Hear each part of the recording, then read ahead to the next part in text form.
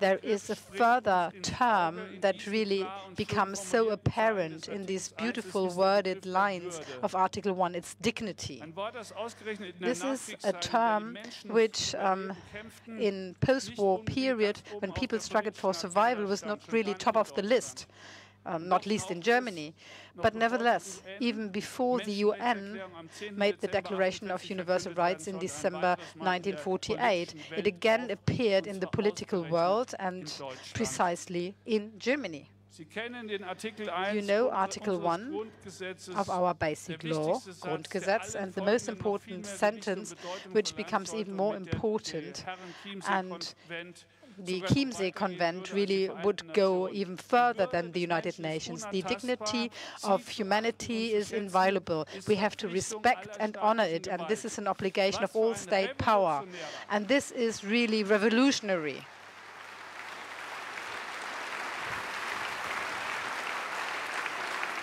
This is really revolutionary. This is pointing to the future, a sentence that really subjects all state power to that. The effect of this first principle of our Constitution was something that no one knew at that time, but everyone knew that this would lead to far-reaching consequences for state action. Ladies and gentlemen, the fact that we are here today is really great fortune for all of us.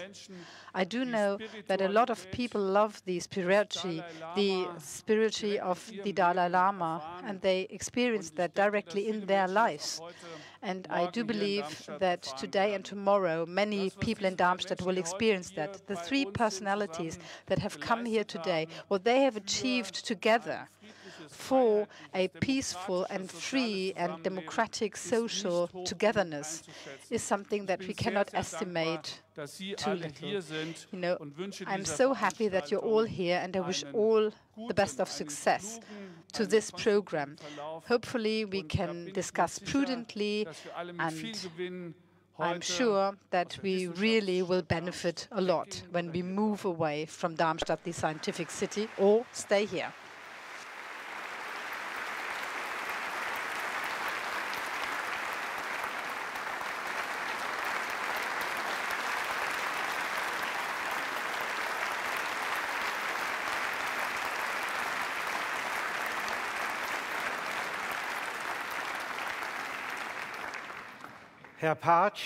Dear Mr. Patsch, thank you so much for your strong statement and clear words. Tibet needs people like you who have a political voice and raise it for this beautiful country. And we need more people who raise their voices for Tibet and speak on behalf of it. And this is why we have founded Tibet Initiative Deutschland in the year 1989, a very important year. It was a year of sorrow and a year of change and hope. It was a year where people raised in a peaceful way for self-determination, democracy and liberty. 1989, wir erinnern uns, das Massaker am Platz des himmlischen Friedens in Peking. Wir erinnern uns, schwere Unruhen und Kriegsrecht in Tibet. Und doch im selben Jahr geschah etwas, was kaum einer für möglich gehalten hatte. Der Fall der Berliner Mauer und die friedliche, gewaltlose Revolution in Deutschland. Und noch etwas. Der Dalai Lama wurde für sein Engagement für Tibet, für Frieden, für die universelle Verantwortung mit dem Friedensnobelpreis geehrt. Vor allem deswegen für seinen konsequenten, gewaltlosen Weg. Ein Weg, den das tibetische Volk schon seit Jahrzehnten eingeschlagen hat. Dieser Weg war und ist nicht immer leicht, da Tibet seit mehr als 6 Jahrzehnten bis heute unter Willkür, Unterdrückung und Repression leidet. Die chinesische Regierung ist bis heute in diese Richtung sehr stark aktiv. Doch die Tibeter geben nicht auf. Sie kämpfen für ihr Land, für ihre Kultur und für ihre Identität. Bis heute up to today, although there is a lot of state violence, they kept their idea of non-violent resistance and opened up a dialogue with the Chinese government and tried to look for a dialogue, but to no avail. Dear guests, as you all know, the attention of the world is always there, where people are violent, where they drop bombs, and we live in a day and age where violence, where there is violence, terror and conflict. Umso mehr ist es wichtig, Wege zu So finden, even die more, Spirale der it is Gewalt important und to find Gegengewalt new zu ways and to durchbrechen. stop the downward spiral of violence Mit and dieser Veranstaltung counter-violence. Our sollen event hier today Menschen hier is in Darmstadt supposed und to weltweit motivate and inspire people motiviert here in werden, Darmstadt sich and friedlich worldwide für Freiheit to und commit Menschenrechte und Würde peacefully des Menschen for liberty, einzusetzen. human rights and dignity of the person.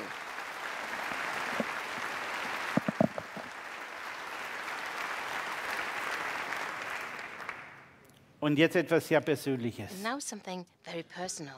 Leider Unfortunately, fehlt heute ein ganz besonderer Mensch. one human being, one person is Wir missing, a trauern special unseren person. Mitbegründer, We mourn our langjährigen co-founder, Vorstand, our long-term Beirat chair, und treuen Freund der Tibet-Initiative, faithful friend of der vor Tibet wenigen Initiative, Wochen member also of our plötzlich council. aus dem Just a Leben couple of gerissen weeks ago, wurde. he passed away very suddenly. Wir trauern We do um mourn Tsewang Norbu. Tsewang Norbu. Viele, die hier sind, Many of haben you ihn here gekannt. today have Er wäre met gerne him. heute He would mit have dabei. loved to join us here Die today. ganze Tibet-Bewegung The weltweit Tibet Initiative traut um einen worldwide Menschen, is der die mourning Hoffnung nie for aufgegeben a hat, person, for a human being der who all sein never gave up Herzblut, hope, sein who Wissen really und seine used all his Barmherzigkeit passion, in die his Arbeit für warmth, Tibet his eingebracht knowledge hat. for Tibet. Eure Heiligkeit, Your Holiness, wir möchten Sie we bitten, would kindly Tsewang ask Norbu you in Ihre Gebete to include einzuschließen. Tsewang Norbu in your prayers.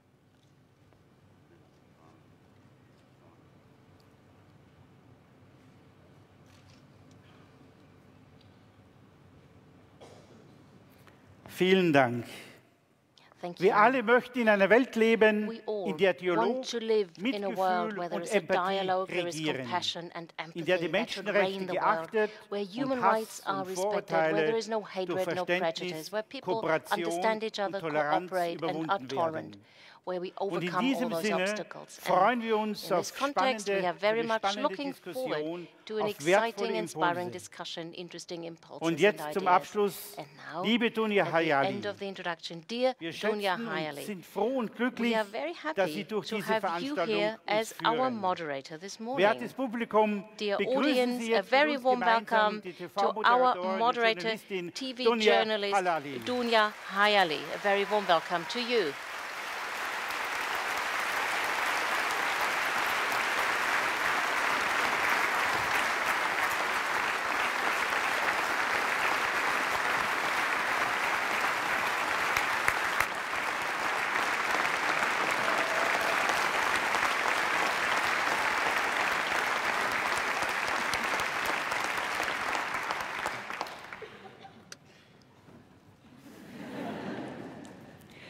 Also, dass ich das in meinem Leben mal sagen werde, hätte ich auch nicht I would have gedacht. never thought that I would say Eure something like this. Heiligkeit, Your sehr geehrter Holiness, Dalai Lama. Dalai Lama. Meine sehr verehrten Damen und Ladies Herren, and liebe Gäste, gentlemen, dear sehr geehrte guests, Podiumsteilnehmer, dear Ihnen allen members ein of the herzliches podium, Willkommen. A Ich freue very, mich sehr, very dass warm Sie heute welcome. I am hier very happy gemeinsam mit to uns have in you here, Darmstadt that sind, we are all here über in Darmstadt all die Wege together aus der to Gewalt talk und about Gewaltlosigkeit ways zu to sprechen. leave Mein Name ist Dunja violence, Hayali und ich to habe talk wirklich das about große Vergnügen, non-violence. die My name nächsten is Dunja Hayali. 2,5, It 3, is my von mir aus auch 10 greatest Stunden pleasure to mit discuss Ihnen the next 2, hier 3, and if gemeinsam you auf want dem 10 Podium hours, zu as long as you verbringen. want to spend here Ich möchte mich an on the dieser Stelle podium. bei der I would Tibet-Initiative kindly Deutschland wirklich thank sehr bedanken, Tibet dass Sie ausgerechnet Initiative mich Deutschland gefragt that you asked me, Ich sage especially Ihnen me auch of all warum. people. Also zum Why? einen ist das Thema On the one eines, hand, Gewaltlosigkeit, aber leider eben non-violence, auch Gewalt, but violence online wie also offline, is a eines, was topic mich seit that Jahren online and begleitet offline is a und topic bewegt. that I have been Zum dealing Zweiten fahre with ich that seit moves nunmehr me fast 10 over the Jahren last 10 years. regelmäßig nach Sri Lanka. I am Hab visiting dort Sri verschiedene Lanka. Freunde, auch I Mönche, have und friends wir in Sri diskutieren Lanka, viel some of them über are monks, and we do den discuss Buddhismus Buddhism und habe dort eben and also so eine Religion oder Philosophie, das whether muss it's jeder für sich religion or selbst philosophy, entscheiden. that's up to you to decide. Ist das mir jedenfalls nahe it is something gekommen und very habe dear aber to auch die me. Widersprüche And gesehen I learned more about it, the Macht- contradictions between Machtmissbrauch, auch power, politischem abuse of power, Machtmissbrauch. political abuse Und of power. der dritte Grund ist, And und the ich glaube, das third merken Sie, reason ich glaube, ich is, bin and I think super you selten notice, aufgeregt in you meinem hardly Leben bei ever Veranstaltungen. catch me Aber nervous when there's a also wenn meeting, Sie but gefragt I'm werden, ob Sie nervous den Dalai today Lama treffen and möchten, wie emotional. verrückt muss If man you'd sein, ask da me, Nein do zu you want to sagen? meet the Also, Dalai Lama? Well, das ist only a schon crazy auch- person would say no. This is very emotional, very exciting for me. Was ganz Besonderes, It aber is Sie a haben es in very den Reden special vorher auch thing. gemerkt, And es as you ist ja heard nicht in the nur der Dalai Lama, comments sondern ich before, finde wirklich, we do dass not das only ein meet today extrem the Dalai Lama, we also herausragendes have Podium ist und man an könnte mit jedem extraordinary Menschen, panel der hier today sitzt, with each and every stundenlang über Gott participant. One und die could Welt talk for hours natürlich about diskutieren. anything, Vielleicht zwei about Sätze. religion, about God, about the world, about whatever. One or two sentences maybe Zum Ablauf, wir hören gleich ganz kurze concerning the program. Impulsvorträge, We will dann hear werden wir two natürlich auch short den Worten statements and des then we Dalai will Lama hear lauschen, dann gibt es to the, ein, ich listen weiß to the gar nicht, ob es eine presentation of the Podiumsdiskussion Dalai wird, ein Lama, then Gespräch we über will das have Thema, a das Ihnen nun conversation, bekannt a sein dürfte discussion und zum about the Schluss topic, haben auch Sie die and Möglichkeit, afterwards you, Fragen dear zu audience, stellen. have the Zu Beginn opportunity to wird jetzt ask your jemand zu uns questions. sprechen, Right der now, ein our Experte next ist. speaker is an expert. Und ich bin auch sehr gespannt über And seinen I am very Vortrag, much denn interested in hearing what he ich finde, has wenn man to sich say. in der Welt If umschaut, die you kriegerischen look around the world, Auseinandersetzungen, ja there nicht are nur in Syrien, in conflicts, there vielen is war anderen in Ländern. Syria and other Wenn wir uns parts die of the Situation world. in If you Myanmar look at the anschauen, Myanmar 700.000 situation, zumeist 700,000 muslimische Menschen people of mussten the ihr Land Muslim verlassen, faith dann had fragt man to sich leave schon, their ist dann country. You just Gewaltlosigkeit wonder, is nicht nur der richtige non-violence Weg, not sondern only vor the allen Dingen right auch, wie way, lässt sich but how Gewaltlosigkeit can you wirklich umsetzen? Wie kommen wir aus implement dieser non-violence? katastrophalen How can we Situation leave heraus, this vor allen Dingen situation, this wir hier horrible in situation Deutschland, sondern die in Menschen in Germany vielen and anderen that Orten also auf dieser Welt. it is Darüber a wollen wir burden for heute sprechen. many Kann people man Gewalt nur around mit the Gewalt world. stoppen? Can you Ganz stop sicher violence nicht, with aber wie violence? sind No. eben die richtigen But Wege? Und what der is Mann, the der right jetzt way gleich of zu uns stopping auf die Bühne violence? The kommt, gentleman who will join us here hat on stage einer Gruppe angehört, was die a sehr member aktiv of a war und die group im Jahre who's been very 2000 active and in the Milosevic year gestürzt hat. 2000 they Mittlerweile helped ist to er weltweit overthrow unterwegs Milosevic. und Right now erklärt, he is oder active man muss eigentlich worldwide and he sagen, erzählt explains vor allen or Dingen, was eine talks erfolgreiche about gewaltfreie a Bewegung ist successful und non-violent wie man sie movement führt. Und damit and how to herzlich lead it, how willkommen, to organize it. Sinisha Schickman, Sinisha Zentrum für Schickman, angewandte a very warm gewaltlose Aktion welcome und to you. Strategien, kurz Center for Canvas, Applied aus Nonviolent Belgrad. Action and Strategies, Canvas from Belgrade. A warm welcome to you.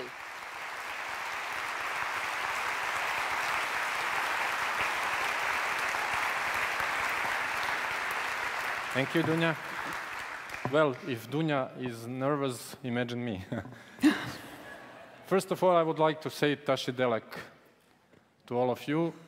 And yes, my name is Sinisha Šikman, and I am coming from Serbia. I lived in that country when we had a bloodiest butcher of Balkan. His name was Slobodan Milošević, and he was master of war. But we decided, my colleagues and me, when we were students, to organize nonviolent movement and then to challenge him in that way. Within 2 years, we managed to overthrow him, and Otpor was most credited for that. So it's about idea. If you have idea and you know what you want to achieve, then it's just a matter how you will organize these people to struggle and to fight. I know in Tibet that non-violence and struggle is not coming together in the vocabulary, but you need to struggle because non-violent struggle is a way of war, and you need to achieve your goals. Can I have next slide, please? So, after we managed to overthrow Milosevic, many people from all around the globe, and I didn't know that there are so many dictators in the world. That was a surprise for me. They wanted a recipe from us, how we managed to overthrow Milosevic. And guess what? The recipe doesn't exist. But there are some things that all successful movements in the history, starting from Gandhi or Martin Luther King or deeper in history, there are 3 principles of success, of unity, not just unity of the people, but unity of the purpose and unity within the organization. Then planning of everything what you have. You need to focus on your capacities, not on your wishes. You need to plan carefully everything through the time. You need to plan all your forces to be in the right moment at the place where you want them to be. And then you can achieve small victories which will lead you towards the great goal and the freedom. And then most crucial thing is nonviolent discipline. Because media, they know if you have non-violent gathering, mass gathering, and then you have 1 or 2 idiots who are throwing the stones on the police or Molotov cocktails or whatsoever, what would be the first news in the media next day? Those 2 idiots, not the issue that you were tackling and you are trying to achieve. So preventing non-violent discipline is a crucial if you want to be successful in non-violent way. Next slide, please. Using humor is really something which is successful because many people under dictatorship and oppressions are feeling fear. Melting the fear is best way for melting the fear is the humor. In Serbia, we did this action, which is here in the slide. We put petrol barrel, and there was like Milosevic head there, and we had big bat, and there are 3 simple rules. First rule was put the coin in the barrel. Second rule, hit him hard. And third rule was, if you don't have any coin in your pocket, then hit him even harder because he is guilty that you don't have any money in your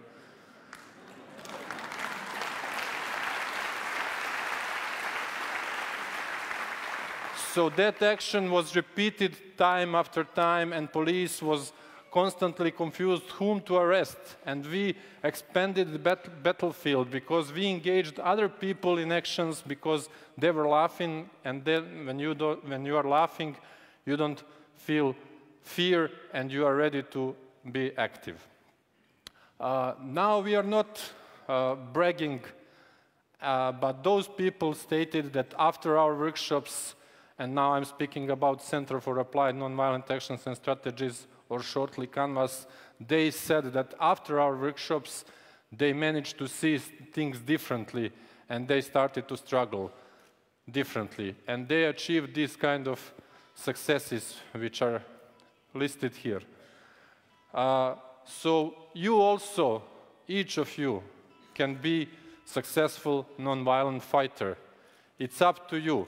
We are not experts, as Dunja called me. We are just activists who are sharing our experience and knowledge, and we are sharing for free to all of you. On our website, you can find all books. Sorry, I put 5 minutes alarm, so I need to. So you can download this book for free, all of them, all materials, all small cartoons, funny. You can download it, read it, and you can become real expert in nonviolent struggle. And I wish that you really succeed in your dreams. Tashi Delek.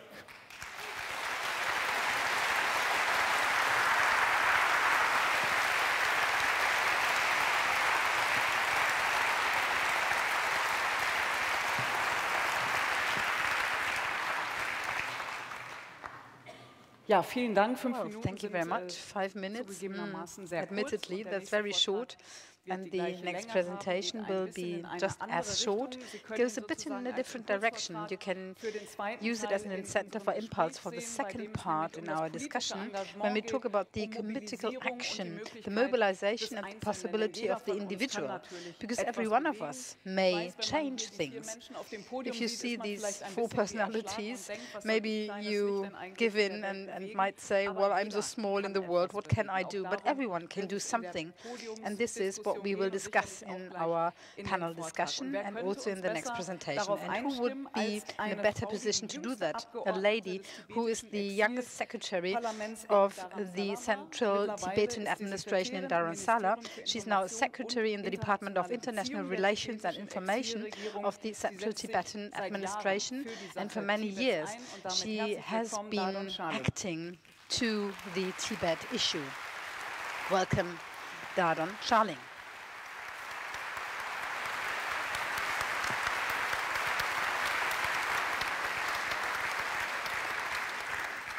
Tashitilek, good morning. I'm both honored and humbled to be standing in front of all of you, especially in front of His Holiness the Dalai Lama, the global icon of peace, the light for all Tibetans, 6 million Tibetans, and my personal root guru. I'm going to talk about nonviolent resistance inside Tibet. Tibet was an independent nation and was invaded by China in 1949. Since then, Tibet came under the military occupation. His Holiness the Dalai Lama was forced to escape into exile, India, with some 80,000 Tibetans following him. When they first arrived in India, as you see in this picture, they literally had nothing. They had to overcome insurmountable challenges to build a refugee community. Today, the Central Tibetan Administration is a democratic institution and administers Tibetans in over 30 countries and represents the aspirations of Tibetans inside Tibet. Tibet is of central importance to the Chinese government, and China's policies of control over Tibet emerge from their economic and political interest. China wants complete control over Tibet, but Tibetans inside Tibet have been resisting the brutal repression with waves of uprising, be it in 1959, the late 1980s, and in 2008. All these uprisings have been met with brutal repression and violent crackdown. In 2008, in the lead up to the Beijing Olympics, Tibetans all over Tibet started protesting, and the violent crackdown that followed became a turning point in the history of nonviolent resistance in Tibet. Every family in Tibet had a victim of state violence. Yet, today, there is a new, young, and bold resistance taking place inside Tibet like never before. I want to tell you about one such strategic nonviolent resistance that continues to take place inside Tibet to show how Tibetans deploy strategic nonviolence to make change. Chinese exploitation of Tibetan natural resources has led to protest across Tibet. Since 2009, it is reported that there have been more than 32 large-scale mining-related protests inside Tibet. In 2016, on May 31, around 2,000 Tibetans gathered in front of a sacred mining site called Gonyoklari in Amchok in eastern Tibet. They were protesting against mining on their sacred mountain, and they were calling for the protection of the people, protection of the land, and protection of the environment. This protest was significant, not because the mining site was sacred, and not because of the not only because of the environmental damage, but this is a nomadic area. And mining on such sites would be detrimental to the very existence of these people. 3 Tibetans committed self-immolation on this mining site. One of them, Tsultrim Gyatso, in his note, cited unbearable agony caused by mining on the sacred land. So whether the Tibetans are protesting in numbers or alone, singing songs, boycotting Chinese goods, keeping their language and identity alive, Tibetans continue to put China's rule to test. Tibetans have time and again proven that non-violent resistance is not the same as passiveness. Friends, though much of the world would want to believe that Tibet is a lost cause, given China's rising dominance, I want to tell you all that this is not true. In this room, we have with us Golok Jigme, right here. Golok, when I talked about the 2008 uprisings in Tibet, Golok Jigme was in Tibet in 2008, organizing side by side with our brothers and sisters in Tibet. A filmmaker and an activist, Golok Jigme was arrested twice by the Chinese government because of his involvement in the Tibetan freedom movement. And all of us thought that he had disappeared. But today he's here with us. Golok Jigme. Ever since his escape into exile,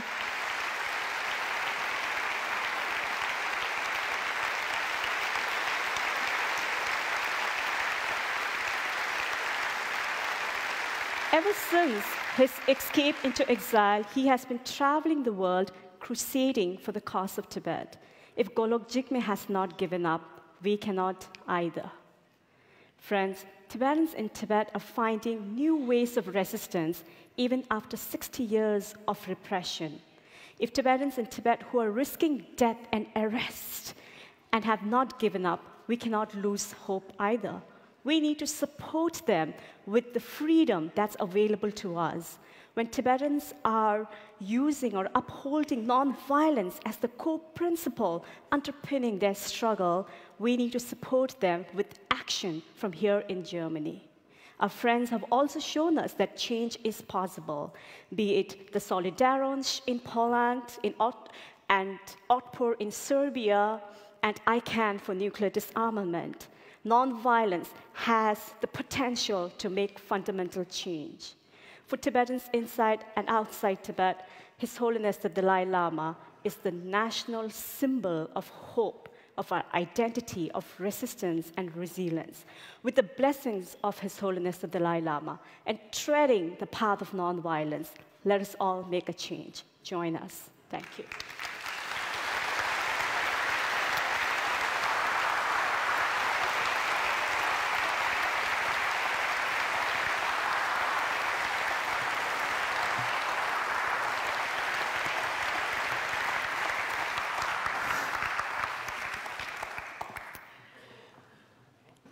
Eure Heiligkeit, sehr geehrter Dalai Lama, Sie haben 2011 Ihre politischen Ämter an einen demokratisch gewählten Präsidenten Dalai Lama, abgegeben.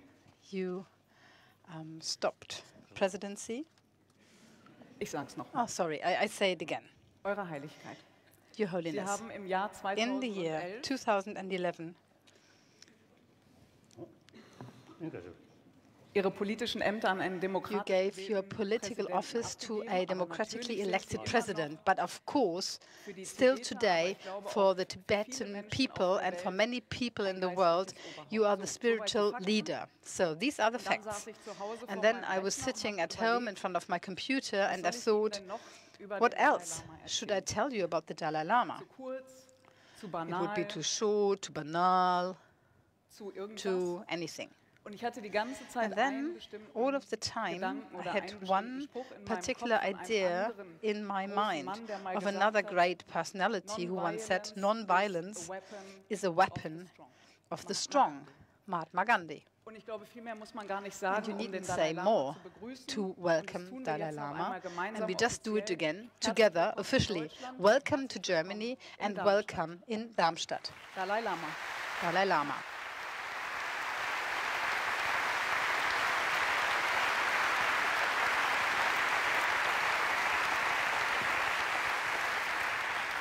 Und jetzt freuen wir uns sehr auf Ihre Worte.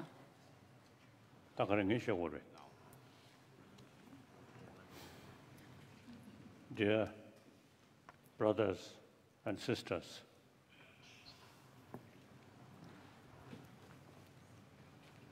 and a special respected brother and sister. Indeed, I feel great honor to participate in this conference. This itself shows on this planet, a lot of people now really fed up about violence. So the desire for peace is, I think, year by year increasing. That is actually a non-violent way of approach. It's a realistic approach. I think firstly, human being, as some scientists say, basic human nature is more compassionate. And then, in the past several centuries, among human beings, among different countries, even within one country, including civil war, immense violence. But these immense violence, what kind of positive result come from these violence? Oh, nothing. More hatred here. Through violence, one body defeat or destroy it. Physically, they destroy it or defeat, but emotionally, some different sort of negative emotions remain there. So violence, counter-violence, no end.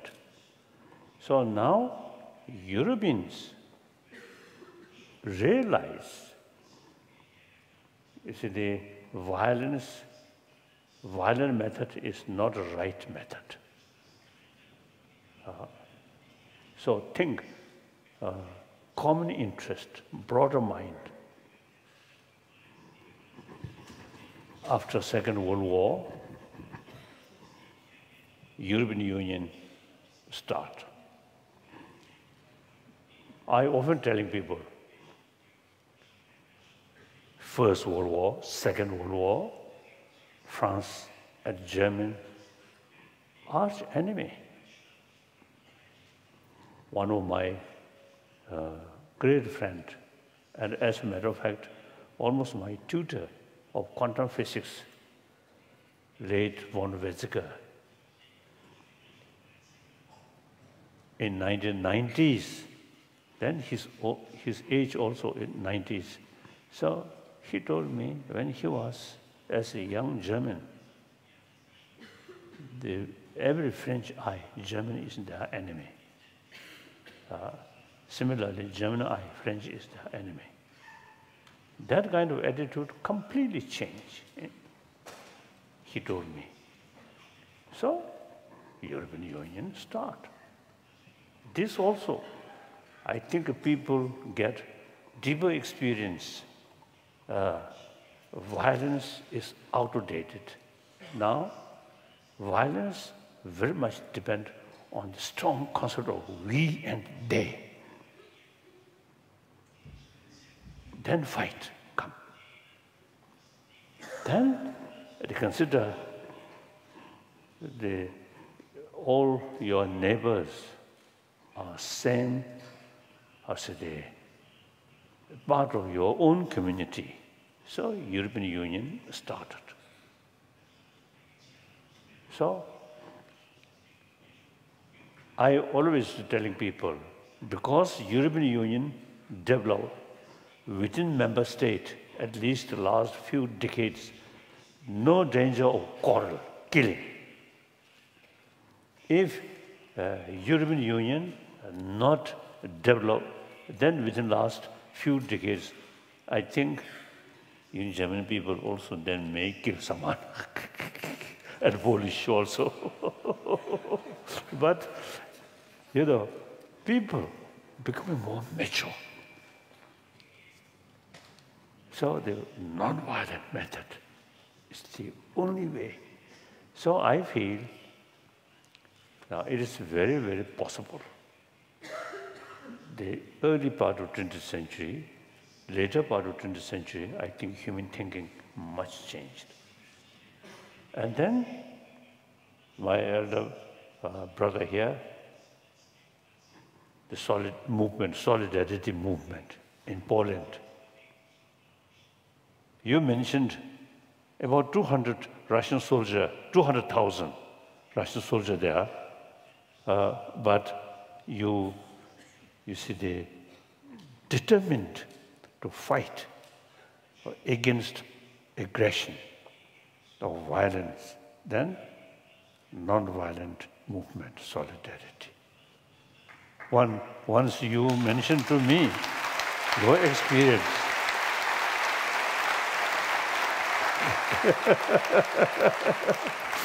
So these things, I think, a clear indication, at least people in this continent, European continent, I think a lot of suffering through war, through violence, now become more mature. They realize non-violent method is the only thing, and think about common interest. So I pray, I wish Russia should join the European Union. So I always is expressing the same spirit, European Union should sort of a kind of union should start in Latin America and Africa. Africa, too big, maybe first Northern Africa, then Central Africa, East Africa, West Africa.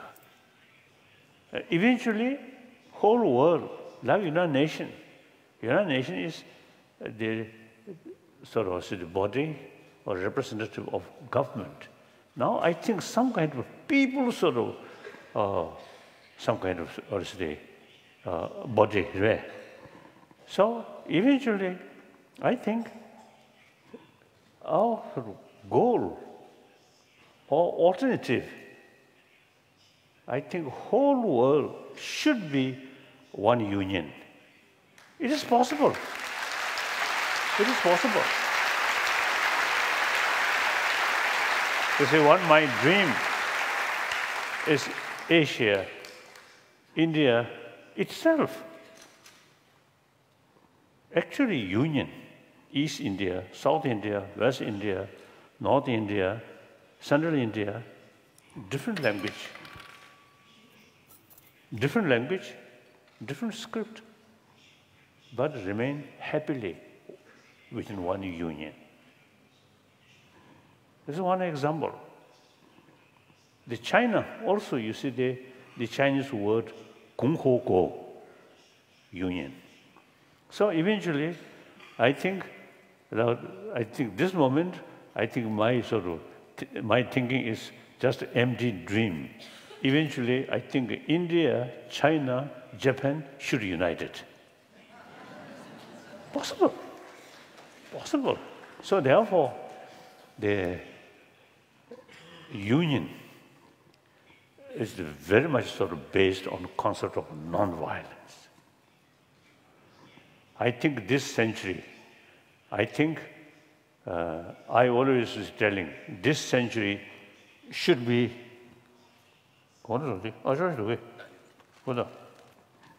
this century should be century of dialogue. That means whenever we find some disagreement, different interest, solving that through dialogue, not through weapon. So this 21st century should be century of dialogue. It's possible. So in order to reach that, firstly,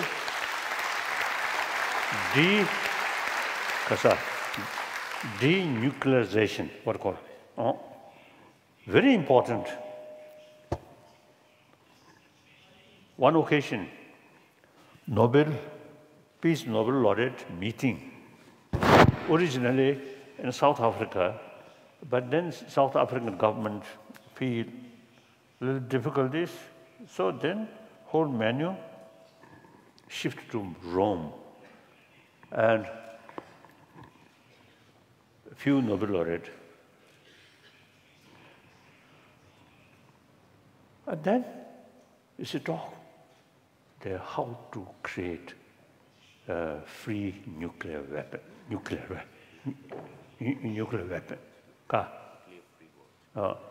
Free world. So at that time, I expressed, now we should make some kind of time fix within 2 years, 3 years, this world free nuclear weapon. So some kind of time fix necessary, I express. But nothing happened.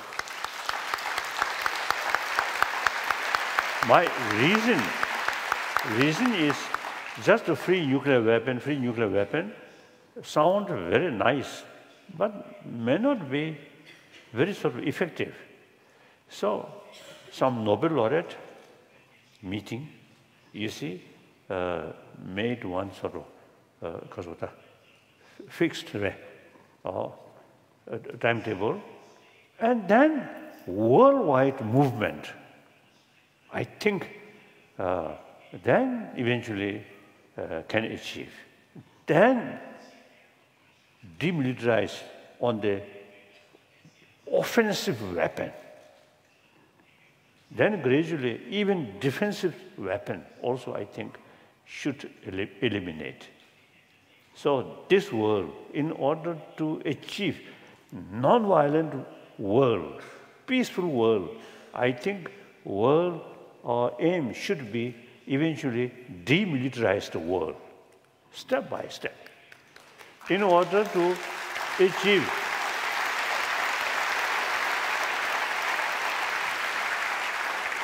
demilitarize two things: physical level, demilitarize.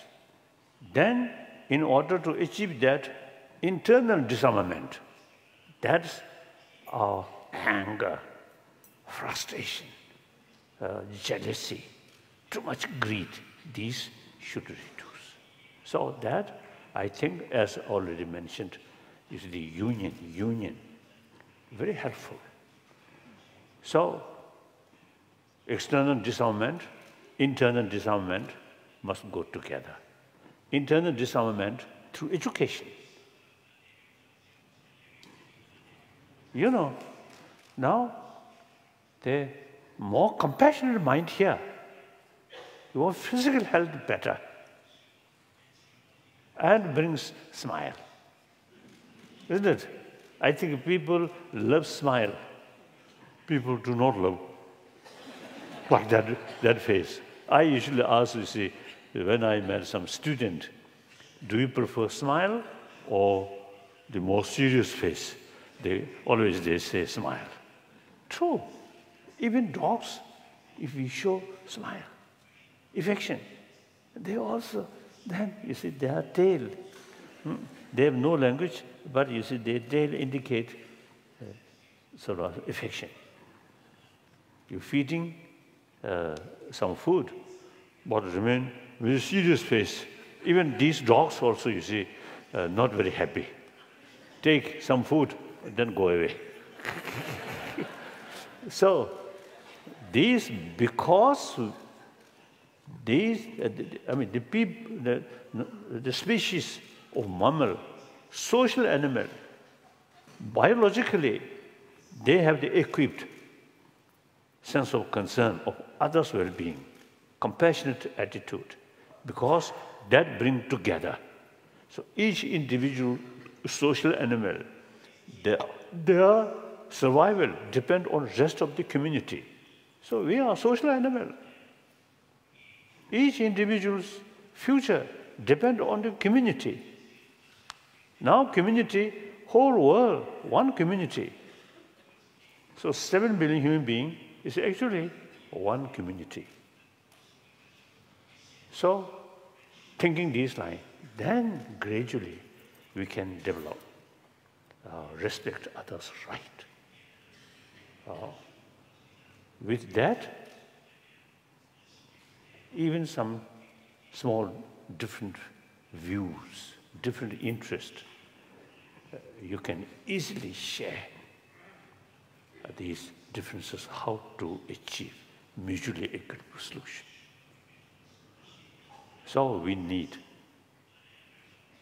strength, confidence here, non-violent. And firstly, respect others' right. Consider as a brothers, sisters. Whether we like it or not, we have to live side by side on this planet. We cannot.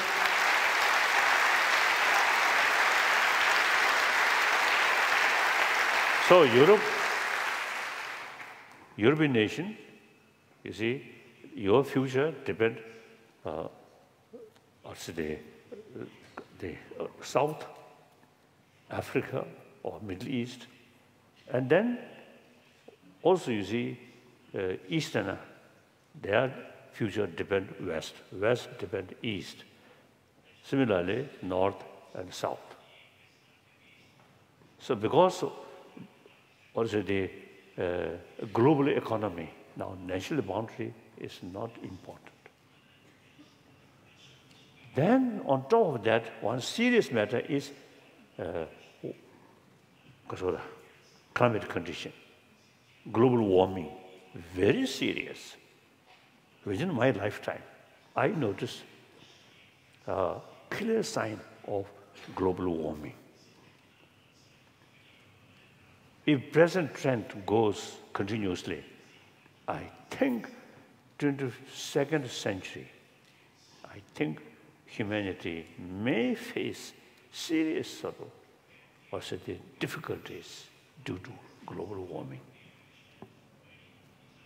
So I'm monk, no children. So you people, you have to think seriously your children, grandchildren, grandchildren. So the father or grandfather have the moral responsibility to keep comfortable world for their sort of their life. Therefore, the global warming, I think, very, very serious. So therefore, and then human population increasing. When I first came to India, human population around 6 billion. Nowadays, we say 7 billion. And some experts say, end of this century, human population may reach 10 billion. Then I think a lot of difficulties. So therefore, now ecology also is a very, very serious matter. So that also is a sense of concern of well-being of entire humanity. Not your own company, not your own sort of family. Think rest of the humanity. Like that. So therefore, now the non-violent way tackle problem is the only way. Using force is outdated. Now we must, part of this was thinking. India, I'm trying to revival of ancient Indian knowledge, non-violence, and then secular ethics. So because of that non-violent tradition in India, over 3,000 years, different religious traditions lived together harmoniously.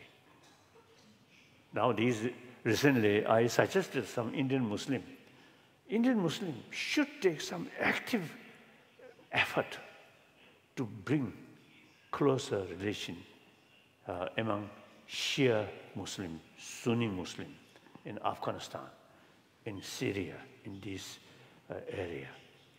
In India, we never heard problem between Shia and Sunni. And also, you see, India, big number of Christian, big number of Hindu, of course, then Muslim. And some Jain, some Buddhist remain harmoniously. So that is India's culture. So I'm sort of making effort. Already we take some steps to revival of ancient Indian knowledge. In modern India, too much materialistic life, because existing modern education is too much oriented about material value. This is not adequate. Now, India's case, very easy. Combination of modern education and ancient Indian education about mind, about emotion. Modern education about material value. India can easily do that. So the response in India one is my commitment, is very good. So we are fully committed to the revival of ancient Indian knowledge about inner world, inner peace. Then similarly, China, historically Buddhist country. So today, Buddhist number in China, around 400 millions. I have a lot of contact. So combine India and China, about 2.5 billions. So we are making effort. So then, 7 billion human beings, I think, step by step, from various sort of various corner. And also, you see, use in different, the profession, aiming, same aim, to build happy world, peaceful world, compassionate world. I think, at least, I think, later part of 21st century can be more peaceful, truly non-violent world, compassionate world. I will not see.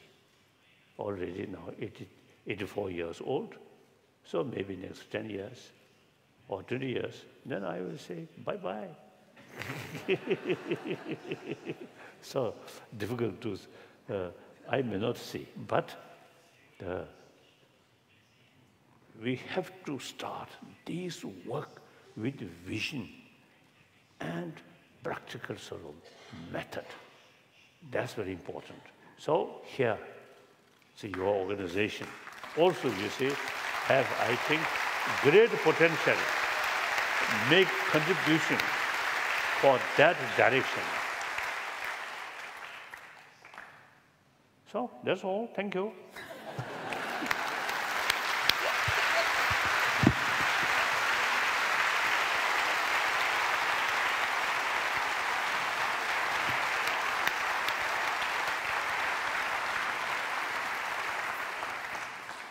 Ja, vielen Dank, Eure Heiligkeit. Das waren also die ersten einleitenden Worte. Es kommen ja gleich auch noch ein paar mehr, und zwar von allen Podiumsteilnehmern. Und Sie können daran sehen, wie sehr ich mich freue oder vielleicht auch wie aufgeregt ich bin, dass ich völlig vergessen habe, Ihnen den Hashtag dieser heutigen event.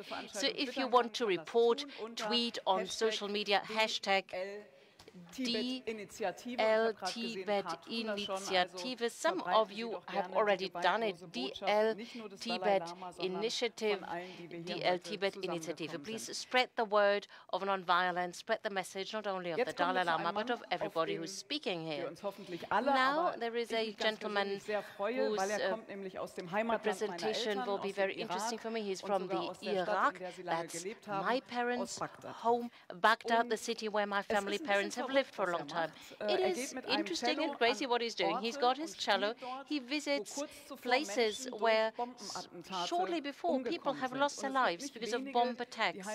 And many people think he is missing compassion and piety. And they say, is it a provocation? But some people say this is a positive thing. It's a counterweight to the horror. He says the violence, the grotesque, and the terror is something that should be overcome by beauty, by creativity, by refinement and sophistication. Aber damit nicht genug. But this is not all. In 2012, he has founded, together with other musicians and artists, a great initiative, the Peace Initiative, Peace Through the Arts. Karim Basfi. Salam alaikum. Salam alaikum to you.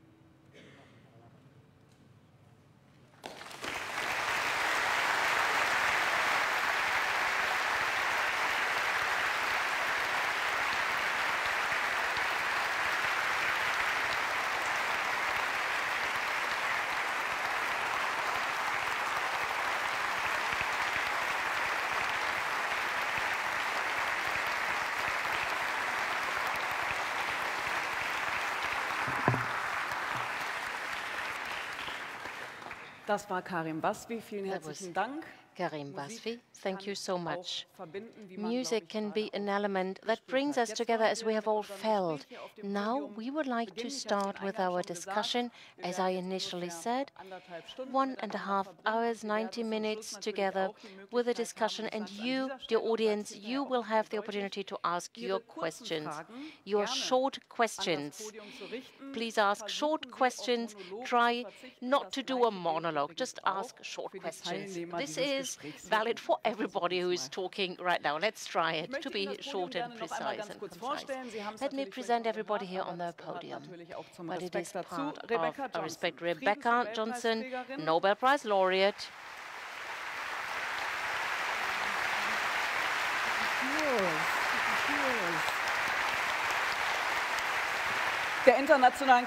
Of the International Campaign for the Abolition of Nuclear Weapons. It's an international association of different NGOs who are committed for the abolition of nuclear weapons via a binding international law agreement. And I noticed that you really felt very emotional when he talked about the world without weapons, without nuclear weapons. You loved that. Next to you is Claudia Roth. She is the Council for Tibet Initiative Deutschland. She has been supporting Tibet for many years, Vice President of the German Parliament and a member of the German Green Party. A very warm welcome to you, Claudia Roth.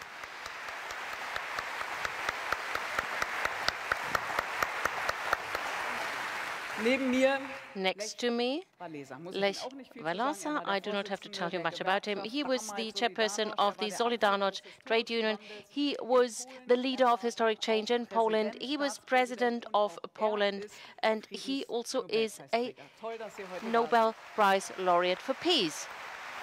It's great to have you here.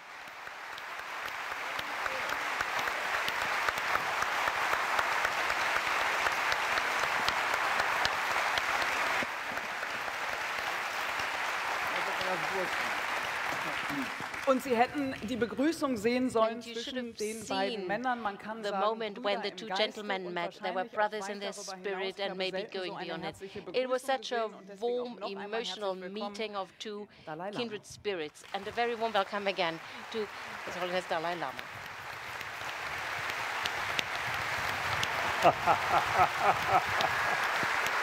Okay. Und ich möchte an dieser Stelle ganz kurz allen Danke sagen, auch im Namen natürlich der Tibet-Initiative zum einen Ihnen aber auch all den Menschen, die diese Veranstaltung überhaupt möglich gemacht haben. Dazu gehören übrigens auch, die vergisst man immer gerne, aber die sitzen da oben in ihren kleinen Kämmerchen, müssen die ganze Zeit zuhören und versuchen für uns hervorragend zu dolmetschen. Also auch Ihnen ein herzliches Dankeschön für Ihre Arbeit. Thank you very much for your work, dear simultaneous interpreters.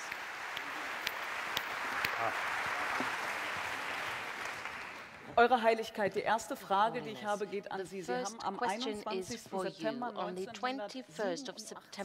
1987 vor dem US-Kongress gesprochen. Sie haben damals in Washington, US Congress. You had a 5-point plan for Tibet. It was a peace plan. It was about human rights, democracy, liberty for the Tibet people, protection of the environment, starting serious negotiations about the status of Tibet. This is 31 years ago. I do know that nothing is permanent in this world. One has to be optimistic. But if you look back on the 31 years behind us, do you think that we are on the right way?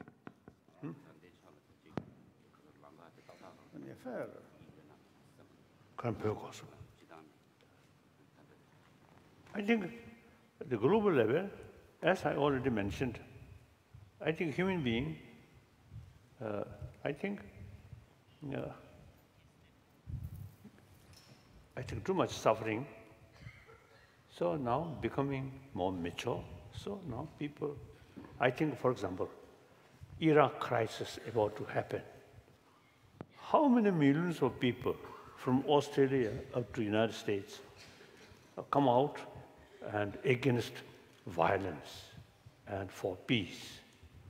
So that's, I think, one example. The whole world, I think people, fed up about violence, use force. Any kind of that. And then,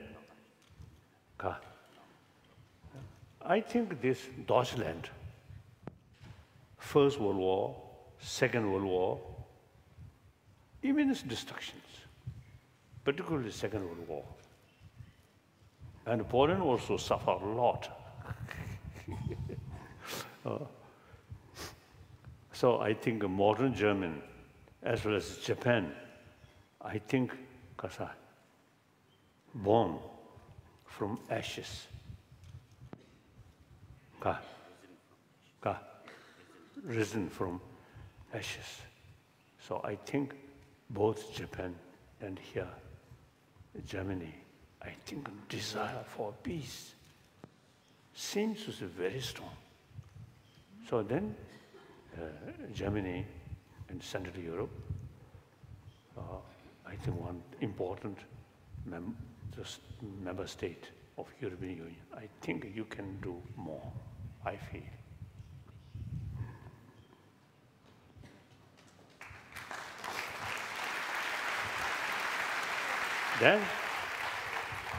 Then Tibetan case.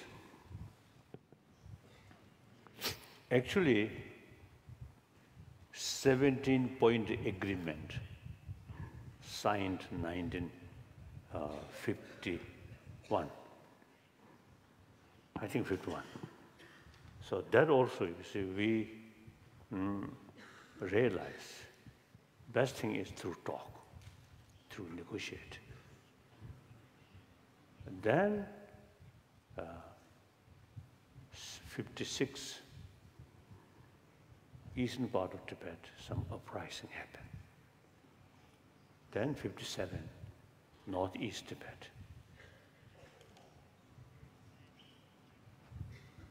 Finally, whole Tibet, 1958, 59. That time the March crisis happened. Whole Lhasa population, because of the rose up. Then till 17th, I try my best to cool down the situation. Both sides, the Chinese side, I wrote some letter, and Tibetan side, their representative, I called their representative and told them, if necessary, few representative, okay, remain Nobulinga, otherwise large number of people, it is not necessary to stay Nobulinga. But both sides, truly determined. So my non-violent method, nothing happened. Then there is some serious sign. It's my own life. So then 17th morning, I decided now have to leave Lhasa.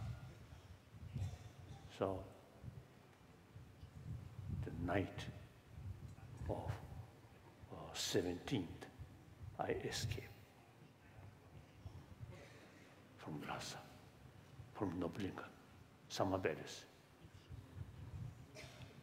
Then original thinking, try to reach southern Tibet and then try to negotiate with Chinese.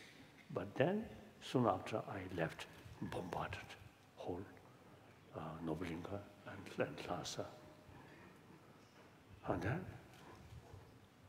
then finally, no other choice except escaped to India. Then, as you mentioned, Kasachoti. Then since then, you see, we, firstly, we raised Tibetan issue at the UN,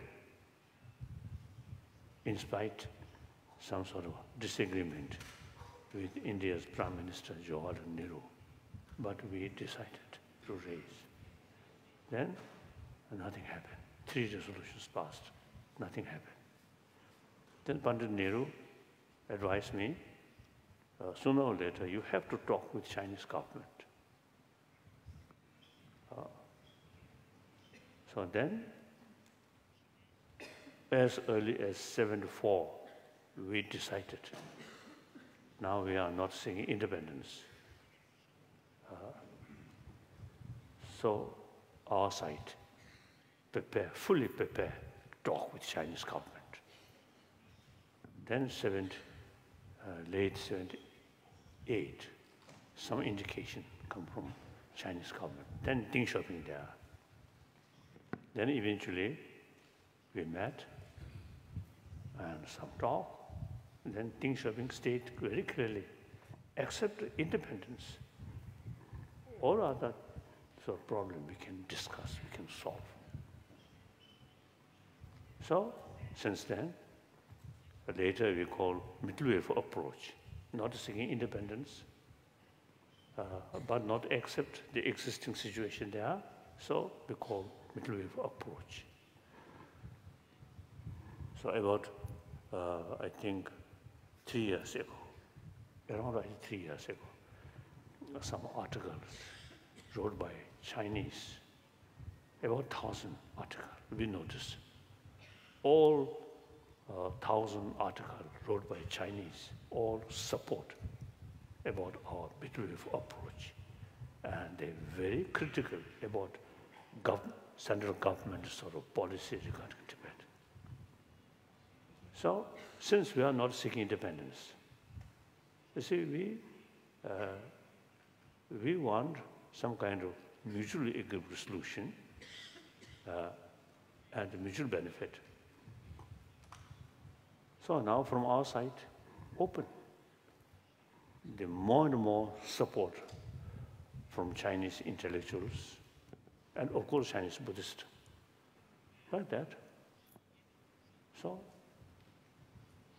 these events, you see, confirmed us non-violent and not sort of what's the one-sided sort of victory.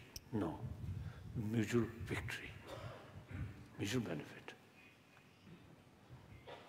And then, in all these approach very much was based on sort of non-violent principle. So Chinese officials also, you see, recognize Tibetan Buddhist, so non-violent principle. So there's not much danger. Compare Xinjiang. I feel very sad. The Uyghur autonomy, same right, but a lot of suppression. A lot of suppression. More violence. Like that. Then, yes. Next question. Yeah. Later. Jetzt möchte ich gerne eine Frage an I have a question for Lech Walesa. Wir haben gerade gehört, Menschen stehen auf, that people are standing up, they are on the streets, they protest, they are determined, just like you at the time. You were the leader of the workers' strike. Your trade union was prohibited. There was the war law and the martial law. Let's do a joint journey into time. What was it like for you at the time? How did you experience it? How did you survive at all, this strike and this period? Wasza Świętobliwość, Szanowni Nobliści, Your Holiness, Panie I Panowie, dear Nobel Prize laureates, ja się zastanawiam, dear ladies and gentlemen, let me think, żebyście się wy zastanowili. and I suggest that you think together with me and reflect and ponder about the power. Which power is stronger? Is it the power of the Chinese against Tibet, or is it the power of the Soviet Union and the communism against us? Moim zdaniem, I am of the opinion większa I bardziej niebezpieczna była sowiecka I komunizmu niż that the more dangerous power was the Soviet Union at the time. No one would have ever believed za naszego życia skończymy z komunizmem sowieckim. That we would see in our lives the situation where we no longer have to deal with Soviet communism. I asked the big players of the time. They all wished us success and wished us well, but they could not see the end of communism. You can double check it. I am telling you the truth right now. You are having, you all know people who were with us during the talks, who witnessed the talks. The talks took place when we had a certain degree of liberty in Poland, when we had the Mazowiecki government, but there was still communism, and I was still a trade union member. Na najwyższym szczeblu. Your delegation, high-level delegation, was there. German Chancellor Kohl and Hans-Dietrich Genscher and other German members of the government and ministers. I was well known at the time. Those important people heard about me, and so they wanted to meet me. As you know, I am a worker. I am not a diplomat by training, I'm a blue-collar worker. And I started the conversation. I said, dear gentlemen, are you prepared? Because very soon the Berlin Wall will come down. Very soon the Soviet Union will fall. Odpowiada mi największy polityk, największy intelekt tamtych czasów. And the greatest politician at the time, the great intellectual of his day and age, Hans-Dietrich Genscher, he answered. He said, oh, he said, we would like to share your worries like the Berlin Wall coming down. In our lifetime, he said, it won't happen. We won't see it. He said, there will be huge trees will grow on our graves before that happens. But suddenly, they had to leave Poland very urgently because the Berlin Wall came down. They had to go home.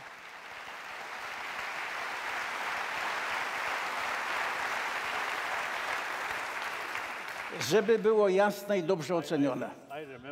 Just to highlight it and clarify it, how to assess, evaluate the situation. I teraz tak, nie wyciągajcie złych wniosków. Otóż do not take wrong conclusions from my words. The smart, intelligent people of the time, people who work with computers, when they looked at the data, when they entered the data in the computers, like how many soldiers do we need around Poland? 1 million, and next to Poland, 200,000 soldiers. Everybody said, you have no chance, no way. Why am I talking about it? There was a slight, tiny chance. And in Tibet and in China, we do have this chance. But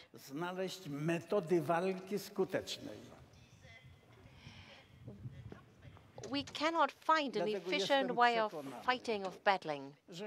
I am convinced that I, during my lifetime, hopefully will see the day when Tibet will be victorious.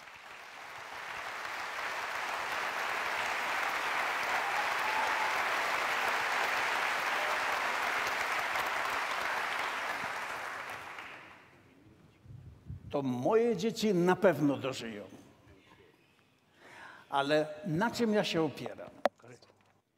Then my children will understand and see it. Why am I so convinced? Praktykiem w walce I w życiu. I am a practical guy in life and in battle. And I noticed something. Pradziadowie wymyślili rower I trochę technologii. Parents at the time when they invented things like the bicycle and new technologies were invented.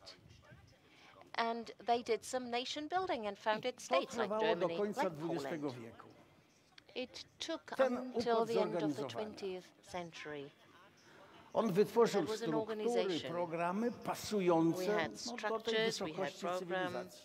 And it was fitting. It was part of this civilization and its development at the time. It was the right thing to do.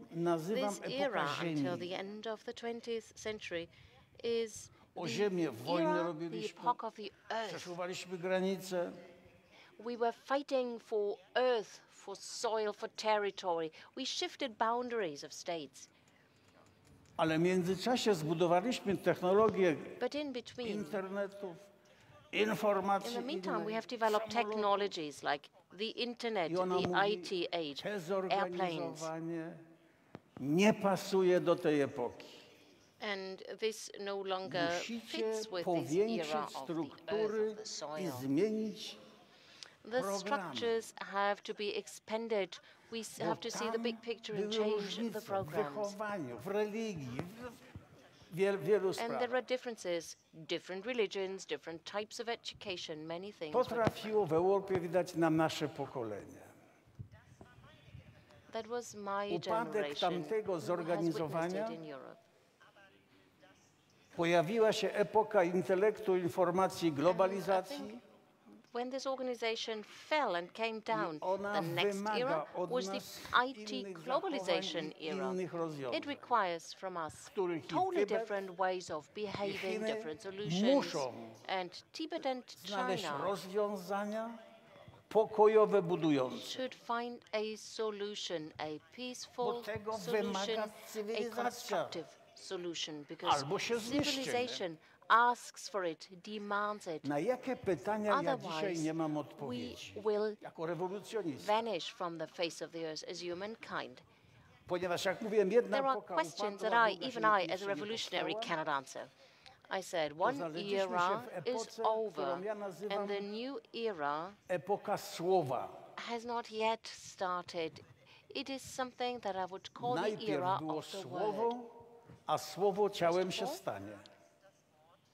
At the beginning there was the word. Musimy wydyskutować, wykłócić, zauważyć. We have to talk, discuss, we have to quarrel, we have to notice that the chances of the development are here. And whatever is bad na jakich has to be left behind according to our experience. Don't continue with bad things. We need the foundation. What is the foundation for peace? We want to build peace on the right foundation. Today, asking you these questions, I think we have two answers. Some people talk about liberty, free economy, and the law. And the other half says, no, you won't be able to build demagogues, populism, prędzej czy później doprowadzi was do zwarcia. Dlatego w tej drugiej koncepcji musicie uzgodnić około 10 przykazań laickich, które uznacie za fundamenty. Gdyby to się udało dzisiaj Europie, take them into account. Take laicism into account as the foundation. Wtedy z tego fundamentu trzeba wyciągnąć, a jaki system ekonomiczny dla całej Europy. No przecież nie komunizm. Ale też nie taki and it wouldn't be communism at all. But it wouldn't be as capitalist as it is. Takim kapitalizmem nie zgodzą się niedługo masy społeczne. Because the capitalism as we have it today, że 10% społeczeństwa światowego ma większy majątek niż 90% społeczeństwa. Of the world population has more than the remaining 90% of the world population. Jest wyjście.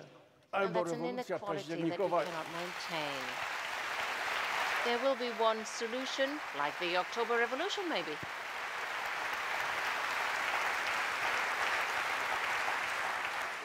Albo rewolucja październikowa i masy zabiorą ten majątek i przegonią właścicieli.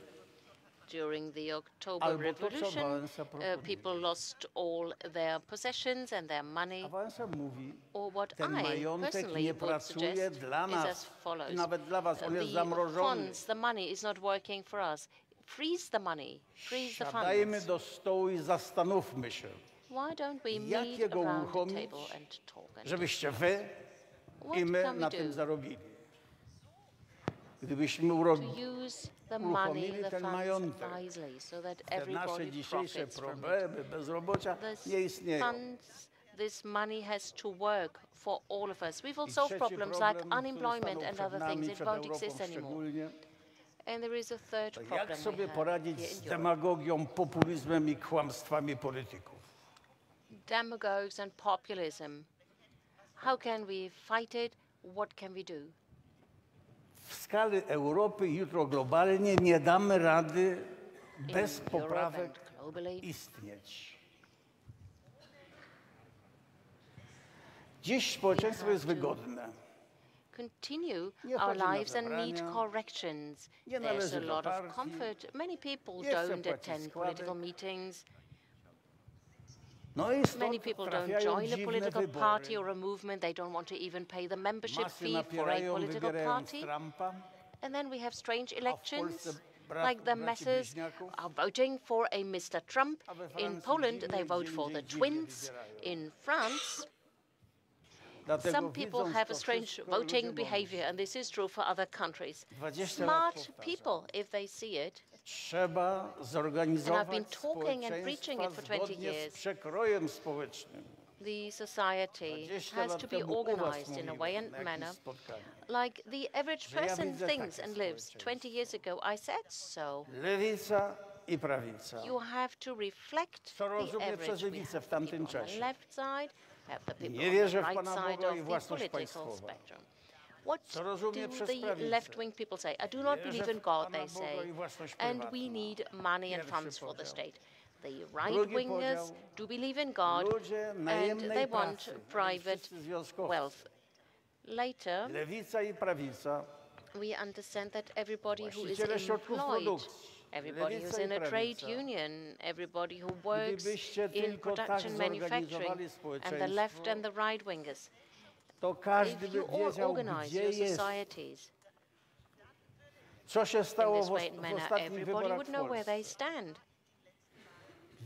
What happened during the last elections in Poland? Many people said that Poland is developing nicely within the European Union. And everybody says it'll develop even more nicely. I don't know who to vote. I'm not going to vote at all. I don't want to destroy this nice development. People didn't vote. And then we had a priest who said everybody who's not happy shall organize. And suddenly they won. And now we are facing a problem. Those people are destroying something. They destroy our victory. And we are talking to the European Union. We tell our friends, help us. We cannot do anything. They voted for them, and that's the way it is. And they think they have the right to change whatever they want to. They're changing everything in Poland. What can we do? Stones? Throw stones? But we are Democrats. So what can we do? We have to wait until the next elections, but they will destroy a lot of things until we have the next elections. Our generation, ladies and gentlemen, says that destiny has given us the opportunity. The world was split, and now we've overcome this division of the world, this separation. We want to have a smarter, more intelligent world without separation and divisions. Krzywdy wyrządzone, podziały religijne, ale to wszystko było zbudowane w tamtej koncepcji. Suffering of the past, the division, separations of the religions, all these things are part of the old world. So what can we do to overcome the past? Róbcie takie spotkania. Spotykajcie się z różnymi ludźmi. And this is why I would kindly ask you to organize this type of meeting.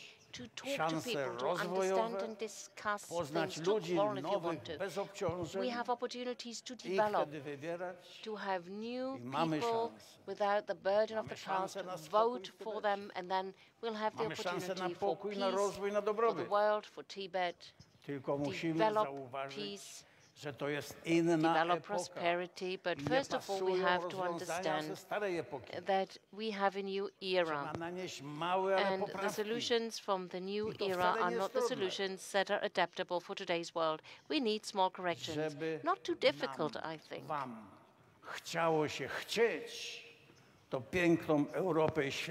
So that we and you can do it. If we want it, the world will have a beautiful and nice Europe.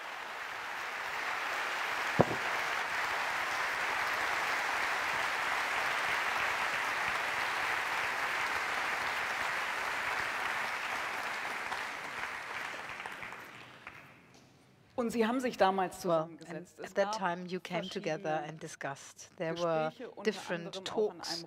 There was a round table with a communist government at that time. Then there was a new society treaty, independence of Poland, disintegration of the Soviet Union, and many more things happened because of your activism and the activism of the masses at the time. So you were successful. People, whether they were left or right, especially the ones in the middle, could be mobilized. Rebecca, you do something very similar. You deal or have been dealing for more than 40 years with that subject. For your whole life, you dealt with the theories of non-violence. You studied that, you learned it, but you are also active. In your life, was there any moment where you noticed, now I have to decide in what direction I will go, how my life will go on and will change with my action? You know, Your Holiness, dear Claudia, dear Lech, Dunya, I feel so honored to be here. And there's something I need to say. This Nobel Peace Prize that was given to ICANN, it was given to all of you, all of us, because anyone who has ever worked to get rid of nuclear weapons, and I'm sure that is so many of you, to build peace and human rights in our countries and across the world, to work with our lives in every way we can for justice, for the people who are being oppressed, whether by state violence or by any other kind of terrorism. And yes, terrorism is in the state and non-state. It takes only one bomb, one person, to murder and hurt people and destroy. But for non-violence, which is the real engine of change and the mechanism of change, it takes all of us. All of us.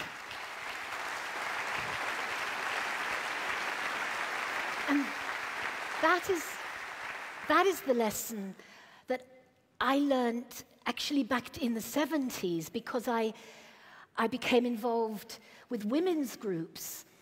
And, you know, we marched for the right to choose what should happen to our bodies, our reproductive rights. And we marched for the right to be able to be ourselves, no matter what our sexuality, our gender, our race, our religion, our ethnicity. And I can remember, Lech, and I mentioned this to you when I met you, we marched in London for Solidarność. We marched in solidarity with Solidarność. And we also joined together at particular times. I think 1987 was a particular, to try to highlight what was happening to Tibet. And this all connected up. And I ended up, actually after coming across much of Eastern Europe from Japan to London by train, stopping at Moscow and Warsaw and goodness knows where else, and then found that everybody was talking about nuclear war in Europe, about these cruise missiles and Pershing and SS-20s that were being brought in for this European theater, and they weren't talking Shakespeare, they were talking war. And so, first of all, I just went on a march, and I heard a woman speak. She was actually the only woman, I think, on that platform in 1981. And she spoke about a group of women that had decided to draw attention to the first base to get these cruise missiles in the UK, was Greenham Common. And they had marched there, and nobody took any attention. All they asked for was a half-hour televised debate about the decision, but this was denied, so they stayed, and they camped. And then it became a movement. Mutlangen, Büchel, Wernstrecht in the Netherlands.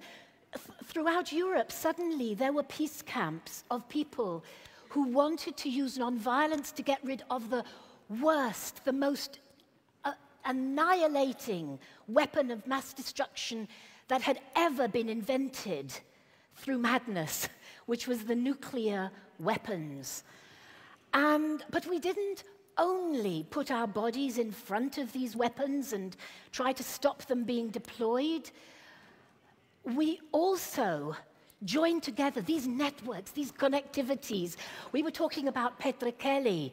I remember meeting her, the connectivity between our women's movement, between the environmental movements, and she came and camped outside Britain's major women's prison when I was in the prison because of my nonviolent actions. But we then connected up, and we went to the Berlin Wall. We painted the Berlin Wall too. Bring this wall down.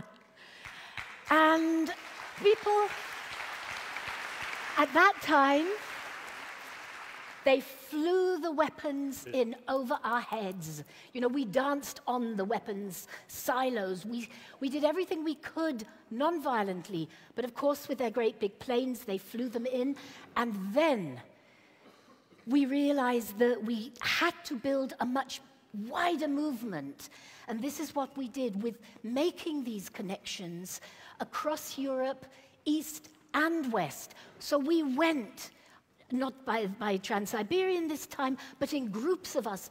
We went to Poland and East Germany and Russia and Kazakhstan, and we talked with resistors there about the kinds of world we wanted that had no NATO, no Warsaw Bloc, no nuclear weapons, and would build a different kind of peace and security.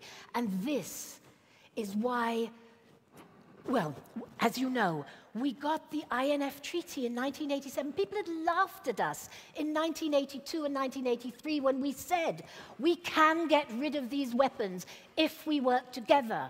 But in 1987, driven by this civil society movement and power, to be honest, it was two men who met in Reykjavik and then who signed the treaty in Washington, but it was all of us who drove them through nonviolent civil society to go to the negotiations and get that first treaty, that INF Treaty. And from there, we had a movement. And however much they tried to lock us down, and this is why I feel we were persistent at our darkest moments when people laughed at us and said, but the missiles are here, they'll never go. We stayed, and it was this persistence and this belief that we could get rid of them. And I know, because I've been here now for over a day talking with Tibetans who came here to hear and to see you, Your Holiness. And these Tibetans have such determination and energy and commitment. But it isn't just for them on their own, is it? We have to have solidarity ourselves to build the movement with them. Because if we together can make Tibet free, and I believe we can, then this also is the most important thing for the world, because it shows that real political change can come about through persistent non-violence and interconnectivity and interdependence. And if we can do it once, we can do it again and again.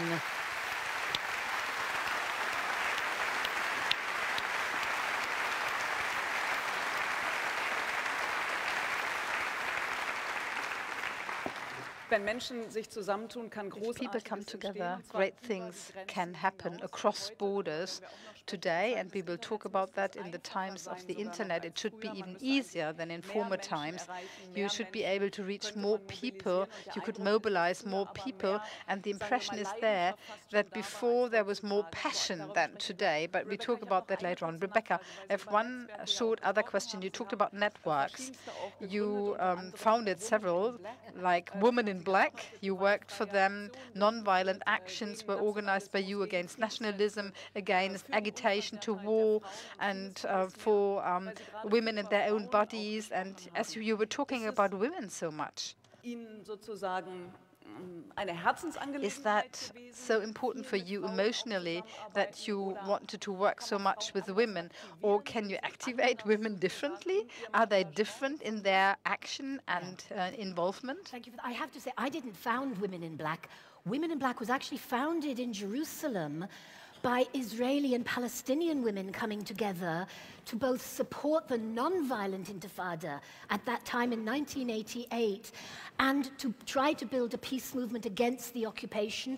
And then it was taken up by women from Serbia in Belgrade, and then as the war just started to destroy Yugoslavia and connecting in.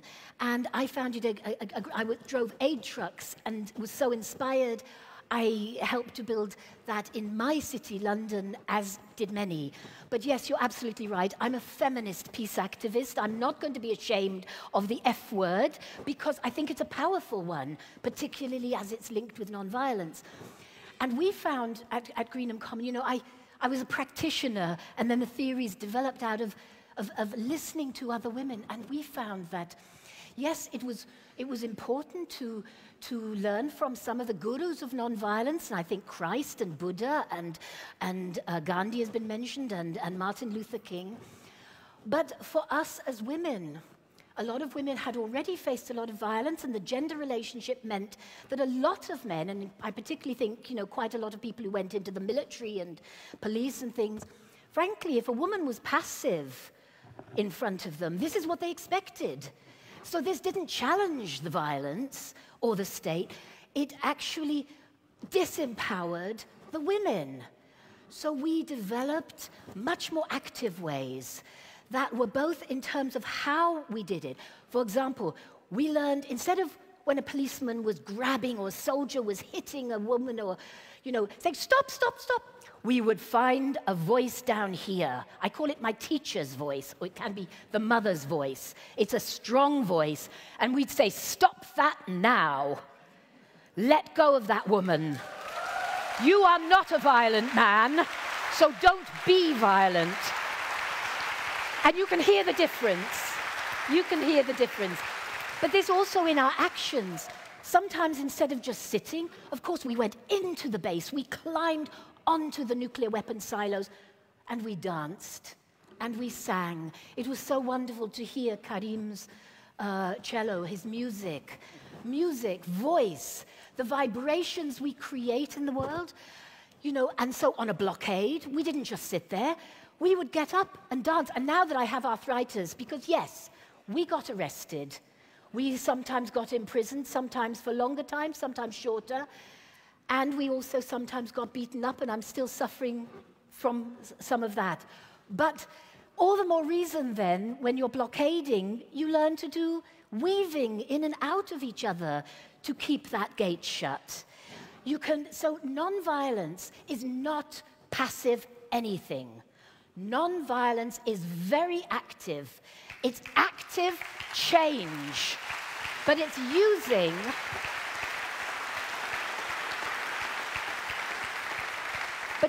it's using all, you know, the feminist movement had this personal is political, and of course the political is personal. So it uses all of us, all of each of us, and all of us, through non-violence, can make those changes, but not just doing it because somebody else says do it or here's how to do it, but to think about what is right in your mind, your voice, your body, your politics.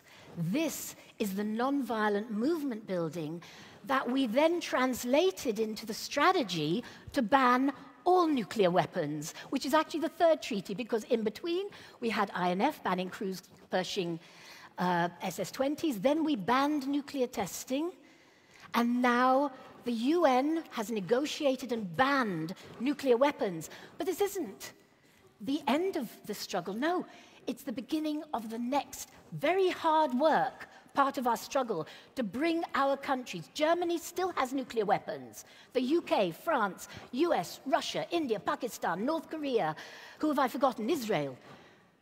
They have nuclear weapons, 9 countries. And we have to bring them into humanitarian law so that they give them up.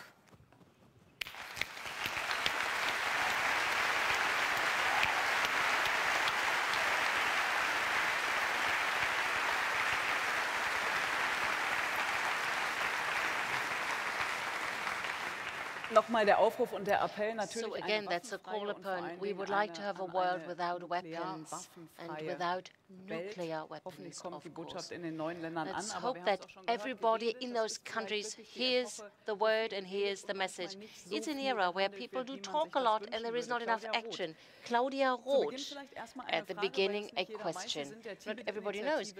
You are a member of Tibet Initiative Deutschland, and you are also very close to the Dalai Lama. How come? It started in the mid-1980s.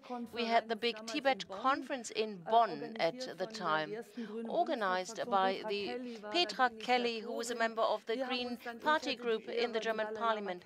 And I had the great honor to meet the Dalai Lama in the European Parliament, where we had the big Tibet conference against all odds from Beijing, a big, big conference in the European Parliament. Later we met when I was the chairwoman of the Human Rights Committee with a wonderful vice chairperson, Christian Schwarz-Schilling. I saw him. We welcomed the Dalai Lama in the German parliament. I was in Dharamsala to visit, and from His Holiness the Dalai Lama I learned what he just said. He said, every single person here is just a small person, but we all have a great responsibility for the world, and this joint responsibility for the big picture, for what is happening around the world. This happening is based on universal and indivisible human rights. If in Tibet the right for self-determination is violated, the right to have the freedom of religion and faith, and the right to education, if socialist villages if people are relocated to socialist villages, if people are taken prisoner and hostage, if they destroy a culture, if the nature, ecological basis, that's a catastrophe for the Himalaya. The Himalaya is a roof of the world. The poles are melting. So this is a violation of human rights too. It is my world. It's not only the violation of human rights when we talk about Tibet and the Tibetan people. It's violating the human rights of each and every one of us human beings. Raise your voices. Und dann gibt es immer wieder, Frau Hayali, and dear Mrs. Hayali, I hear this sentence over and over again. If you are a human rights activist, we have colleagues here from the parliament who are very committed against this sentence where they say, we shouldn't interfere in the internal politics of other countries. I hate this sentence. Of course we have to interfere. We meddle and interfere in internal matters somewhere around the world. Und ich glaube, dass der Dalai Lama that the Dalai Lama and the non-violence activities of the Tibetan people is a big, big gift to humankind, to all of us, in a world that is full of violence, crisis and war, in a world with 70 million people who are refugees in a world where we have a climate crisis. 30 million people had to leave their home because of climate problems. And right now, it is more important than ever. Maybe it was never as important as it is right now, that we have the counter model. We have those who do not respect democracy and the human rights. There is a guys, Trump, Putin, Erdogan, Xi Jinping, and Maduros, and what have you. Endless list of names. There is a counter activity and counter movement.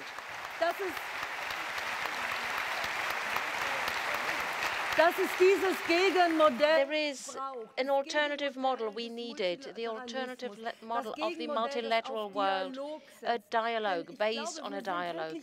Because I think that we are living in a day and age where we have a deconstruction of the liberal world order. We witness it. Just recently, I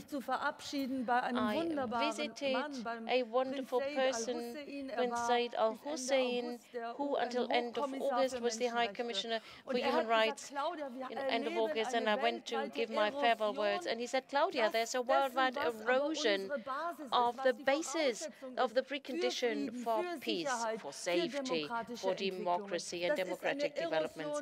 It is an erosion of human rights that we witness, an erosion of international law. And he says, we need a global movement again. We need it for this type of perspective, for this perspective against those who think they can govern the world, just like Orban, by the way. We have problems in Europe too. So people who think that the right of the strongman prevails, of the loudest prevails, and of the most aggressive, they always think they are right. And we should all jointly start a strong movement worldwide and say no to those guys. We want dialogue. We would like to prevent conflicts, stop conflicts. We'd like to have global responsibility. And I'm telling you, as the Vice President of the German Parliament, also telling our colleagues in China.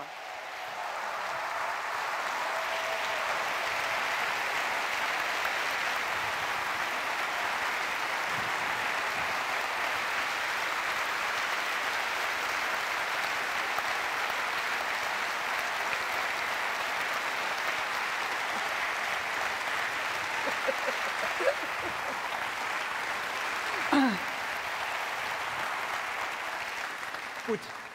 Ich tue mich ein bisschen schwer, all die Namen, die Sie gerade genannt haben, alle in einen Topf zu werfen. Long list of names of presidents, of people in power. It's a long list.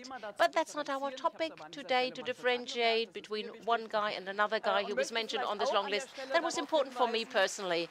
Don't all throw them together in one big pot. We have many problems around the world. We in Germany shouldn't point our fingers, especially in the current situation. Don't point your finger at others or other countries. Weil der Oberbürgermeister vorhin den ersten Artikel our Lord Mayor mentioned the first article of the German Constitution. The dignity of the person is non-negotiable, and I say every human being, not only of the German citizens. We're talking here about every human being. Über die Gewaltlosigkeit we talk about non-violence today. It worked well. We got impressive examples of how it can work out. And if we were to ask our audience, many people in our audience made their own experiences, how it works, even if it works in your neighborhood.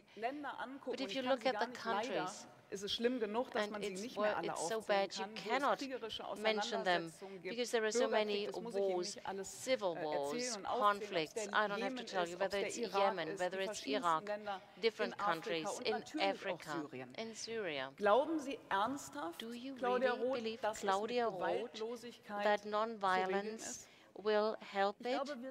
I think we should ask ourselves seriously the question, what is our contribution? What is our responsibility when there is a conflict somewhere in this world? We do have our shared responsibility.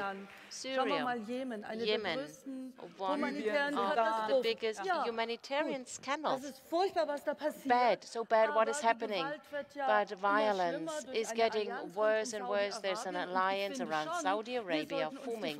And we should ask ourselves, we, that rates for the UK, for France, for Germany, of course, why do we export weapons to Saudi Arabia? Why do we sell weapons and armament? Claudia Roth, very briefly. Let me simplify. Claudia, I have to stop you because I don't feel like being irrespective. With everybody else, I feel like I should pay more respect. I understand. And I think the applause shows, and you can do a survey in Germany, weapon export to Saudi Arabia. Nobody understands why this is happening. But we talk about non-violence. We talk about language. The Dalai Lama said it starts with every person. Do you think that these conflicts, and I can't see an alternative, because we see violence is not the solution, but non-violence? Could you imagine to meet around a table with the president of Syria and say, let's talk about a non-violent solution? I think it would be wrong what we did in the last couple of weeks. We talked a lot what is happening, what happens if bombs with poison gas are being thrown. This is a violation of international law, of humanitarian laws. People had long negotiations. But what are we doing for 3 million people who are locked in Idlib? Where is the humanitarian fight? Where is the diplomatic activity? Who is actively doing something? We as Europeans, as European states, we could do something. We have a certain influence. What could we do with Iran, Saudi Arabia, Russia? Mr. Erdogan just recently was in Afrin, and he said he did something that is against international law, but he's a member of NATO. Why doesn't NATO say something? Why doesn't NATO Council meet? Why do you have Turkey in the NATO as a member and they are actively violating international law? Why do people just shut up? It is wrong to only say, but yes, one has to do something. As Rebecca said, one could do much, much more. We just missed doing things in Syria. Lots of things could have been done. And there are situations where I, as a member of the parliament, voted for German missions in UN peace missions, because we have certain violent situations where we have to stop violence, where we need a certain political perspective to be created. But Dalai Lama and Tibet, why are they so important? Because in a day and age where lots of catastrophes are happening, he, the Dalai Lama, has never given up on this vision of a world where we have peace, non-violence versus power and violence, where peace will win. Ernst Bloch, our philosopher, said, we have the vision of the not yet existing. We have horrible conflicts happening. We need visionaries. We need those visions. It is not yet here. It's not something that will never come. It's something we believe in. We strive for. We work on it. It's not yet there. We work on it on all the levels. We work for it. And nobody can tell us that it won't happen, that we are romanticists, dreamers, stupid people. No, no, no. Those who have this vision, who work for this vision, who never gave up the hope, they are the people who do real politics. Because we need peace, we need democracy, we need human rights, we need the state based on its constitution and law. Because we want to live in peace, we need no more military and no more military conflicts. That's something we don't need. If I may, I would like to add one more idea, as you mentioned it. It's so important for me. I personally, what I learned from Your Holiness Dalai Lama, and I got this input always, that's his power, his incredible power of love. And in our country, we do need this power of love today. We need the power of love against hatred that we also live to see in our country. We need the warmth of our hearts, empathy, in contrast leads to coldness and isolation. We do need that today. In our country, we should also be the counter-model against those who think that hatred, threat of violence, and concrete violence would be the means for the future. No, it's his power, this empathy, this compassion, power.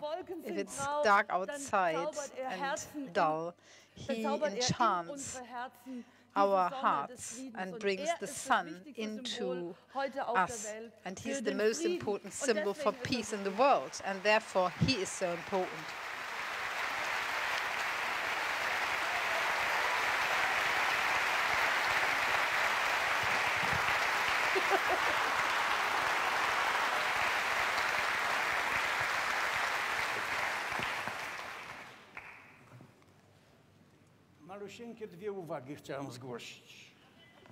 I would like to make two minor additional comments. Solidarność, that I built, had a simple philosophy. You cannot lift a certain weight, then ask others to help you to lift this weight. At that time, it was the Soviet Union and communism. This weight, you know what I mean, this burden, this load on our shoulders, and we had to organize and mobilize the whole of Poland and ask Europe to help, nearly the whole world to ask for help. And therefore, it was possible in a peaceful way to remove that weight from our shoulders. And now, a wish from my side. Peaceful means non-violence, but at the same time, you have to ridicule the opponent. You have to ridicule the opponent in such a way that they don't dare to be an opponent any longer. This is how we overcame communists in Poland, and not only in Poland. W ostatnim czasie wstydzili się przyznawać, że są komunistami.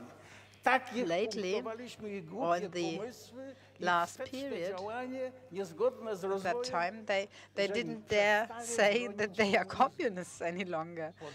They didn't defend communism any longer. And this is something that we have to do in China as well.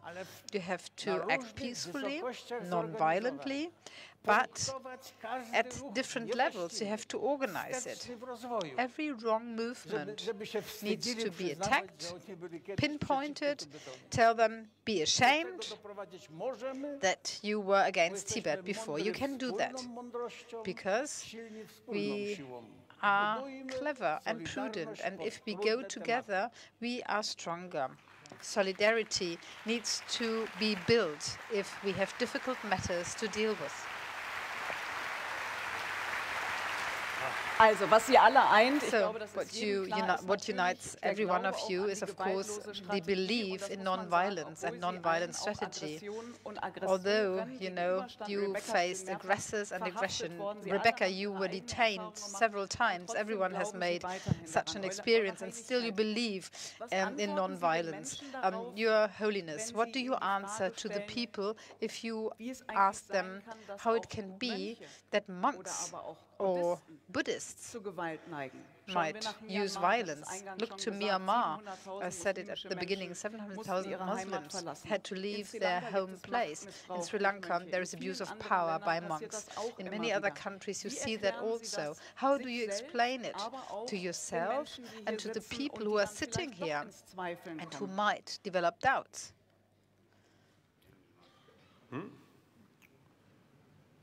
When the problem in Burma, the Buddhists attack Muslim brothers, sisters. Then I was in, one occasion I was in Washington, and then Time magazine carried one picture, one Burmese monk described Buddhist terrorist. I really shocked. At that time, I expressed, if Buddha come, Buddha 100% support those Muslims. So the Buddhist monk should visualize each Muslim's as this shoulder one Buddha, visualize Buddha there. I express that. And then Aung San Suu Kyi, as a Nobel laureate, some occasion, Nobel laureates meeting, I had the opportunity meeting with her. On one occasion, I told her, it's in this situation that Burma is very, very sad. She should do something. Then she told me her difficulties, those monks, very close link with the military, the generals, leaders. And then later, I also wrote a letter, but she finds difficulties. But I think UN, Human Rights, or say the committee or something, I think recent time, is they really raise the issue. I really appreciate. And then similarly, Palestine people are suffering. Really, very sad. The Palestine issue, since '48, still the sad situation. And then many crises in Arab, originally related with Palestine problem. Now we have to solve this problem. And for that, Saudi Arabia and Iran should have closer relations. One occasion, some Indian army, because of the Indian army who once posted in this area. Bless you. Sorry. You should say God bless.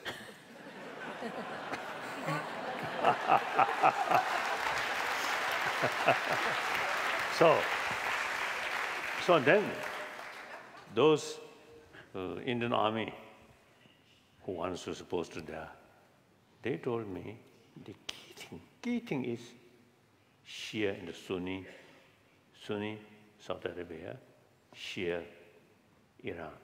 Their relation should improve. These two nations' relation difficult.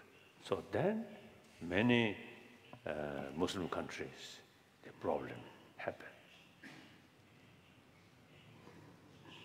Then these things beyond my, beyond my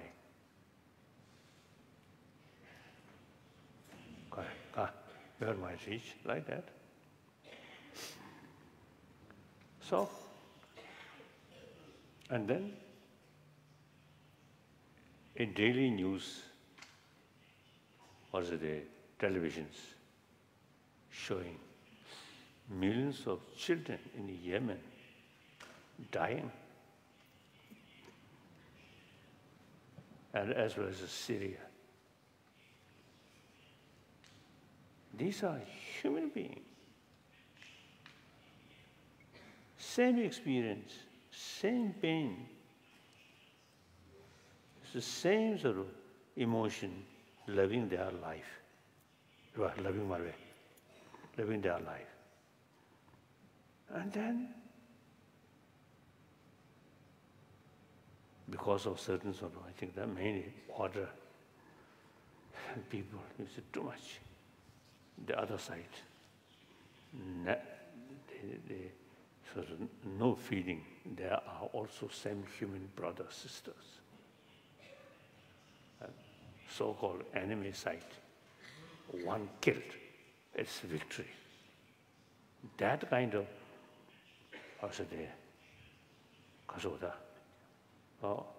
wrong mentality, which 20th century created that.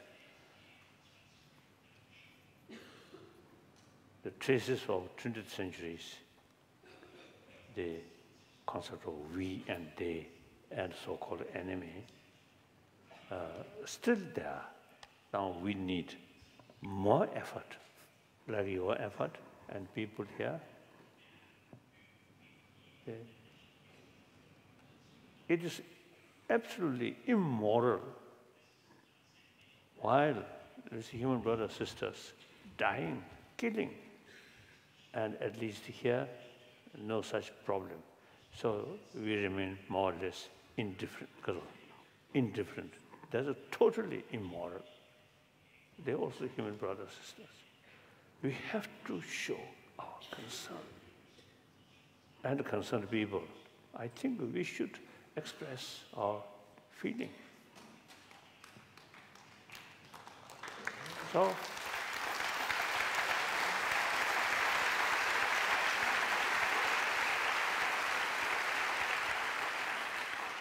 sometimes recent in Burmese case and also this Palestine case or these some UN officials, I think really, if you speak, I really feel, or there are people who really take care.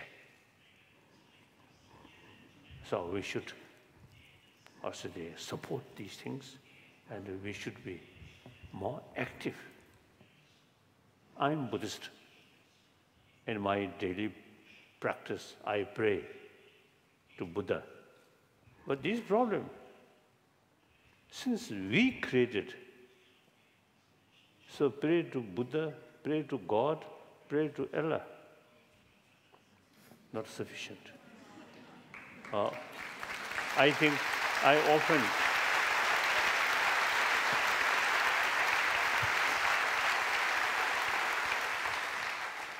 often you see express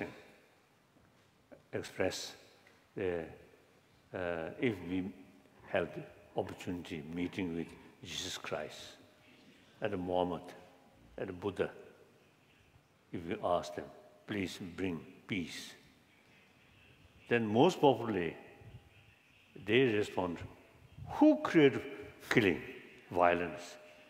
Not Buddha or Jesus Christ or Allah. So these human beings, you created this problem.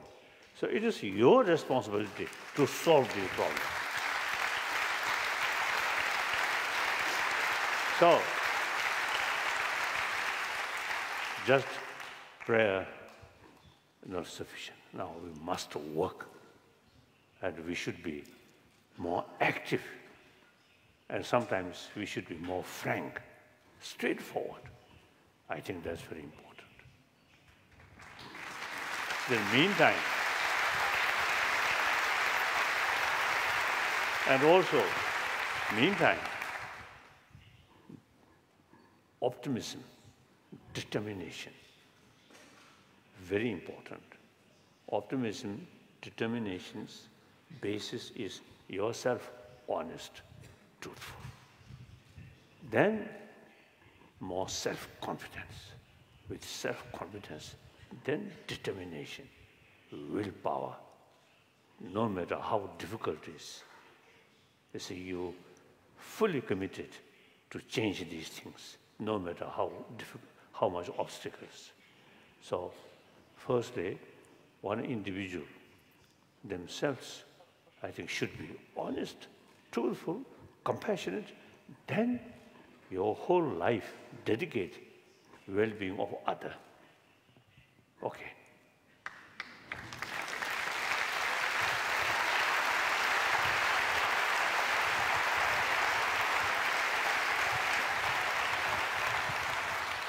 Rebecca, das ist ja genau das, was Sie auch antreibt, aktive, strategische Zivilcourage, Menschen mobilisieren. Wie kann man das gerade auch in Zeiten des Internets für Tibet, aber auch für viele andere Regionen, wie kann man das sozusagen noch besser in Gang setzen? Yeah.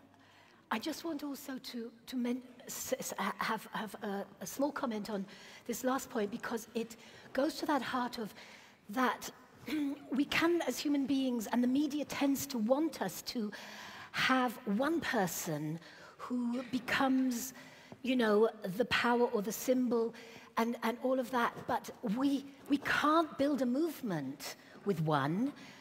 And there are dangers too, because people, I am sure many of us, we demonstrated on behalf of Aung San Suu Kyi when she was in house arrest and all of this.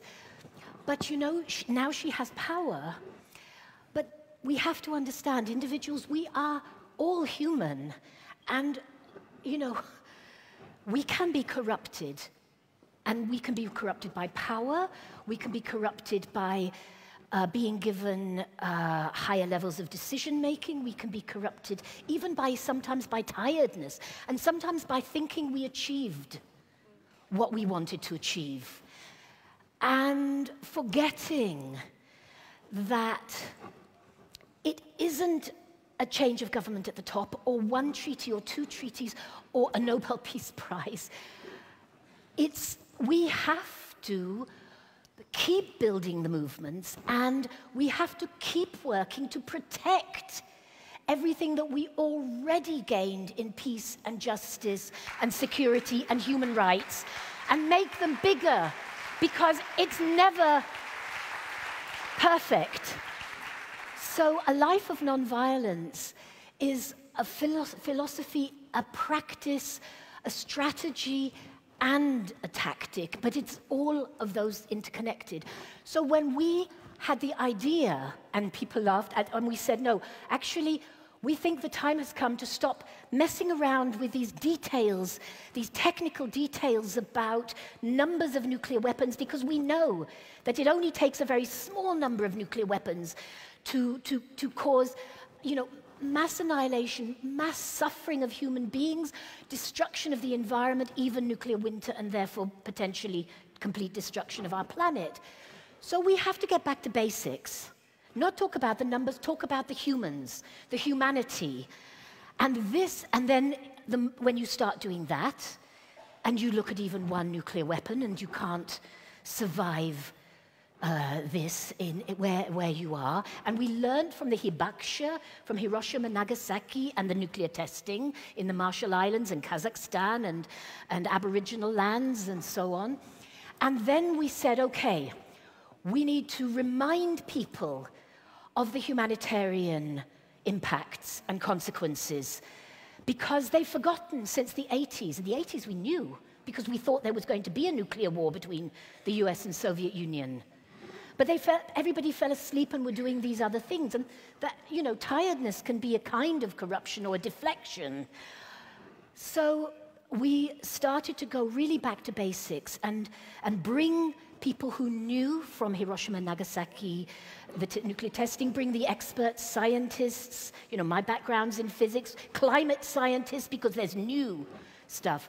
And then we said, and what is the consequence of knowing this? And it is to stigmatize, ban, and eliminate all nuclear weapons. And we recognize that that's actually the order it has to come in. So we began to stigmatize the nuclear weapons, and the nuclear weapons also, the dependencies, the reliance of the NATO countries. Even though so many people know, how could we possibly use nuclear weapons in Europe or South Asia or Middle East or US and Russia even, without causing this destruction of our homes and people that we love? And you go from that and you build a movement, and ICANN, 500 civil society organizations in over 100 countries. And you know, when we got this Nobel thing, we actually wanted everyone, you know, all of these, but you can't fit 500 organizations and thousands of civil society onto the platform in Oslo. So we symbolically chose two to be our representatives on that occasion. One, Setsuko Thurlow, Setsuko-san, she was a 13-year-old schoolgirl in Hiroshima, and then the bomb dropped.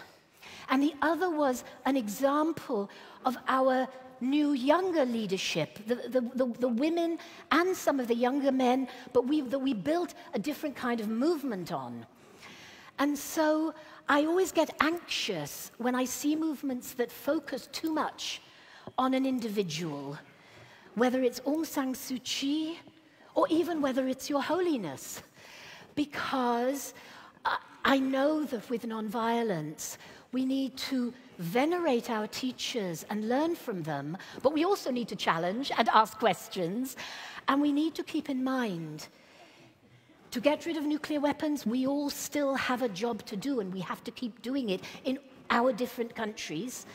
To get rid of the oppression of Tibet, we all have a job to do, and the people inside and outside Tibet, we know how much they venerate you, and they will continue to do so, and that is so important, to have that hope.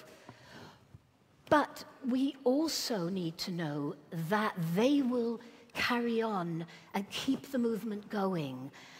And it was so important to me that some of the Nobel Peace Prize winners went to where the Rohingya people were being, were fleeing into the area around Calcutta.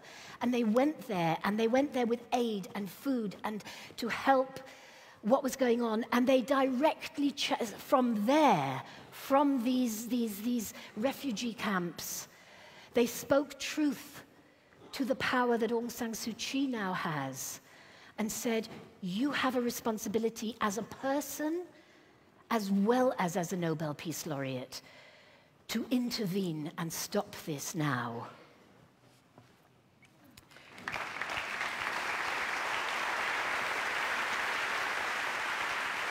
Wir haben noch knapp We have ganz knapp 15 Minuten. 15 minutes to go. So one last question to Holiness, the Dalai Lama. I know from the delegation that there were quotes over the last couple of days that were published. Sometimes were not quoted correctly and used for political purposes. So in this context, I would like to clarify before we start our Q&A session. Your Holiness, recently in Sweden, a couple of days ago in the occasion of a conference, you said Europe has the moral responsibility to help a refugee whose life is in danger. Take them in, help them, train them, but at the end of the day, they should build and rebuild their own nations. I think Europe belongs to the Europeans. Another quote says, Germany cannot become an Arab country.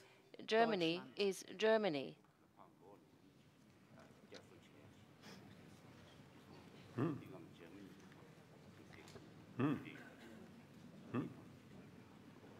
Kann ein Kontinent wirklich irgendjemandem gehören? Can a continent belong to someone? Does Germany belong to the Germans? Or how did you really say it?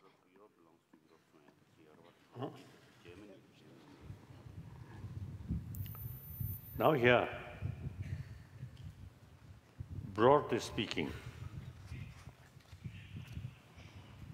you see, all these people who suffer in their own area and come to seek more sort of, come to escape their danger in their own land. So, as a human being, human brothers, sisters, you should take care of them. But number, you see, already I think over 1 million refugees in Germany. No? I think really, under the leadership of Merkel, I think really take care number of these people. But then, separate country, so you have your own cultural heritage and way of life.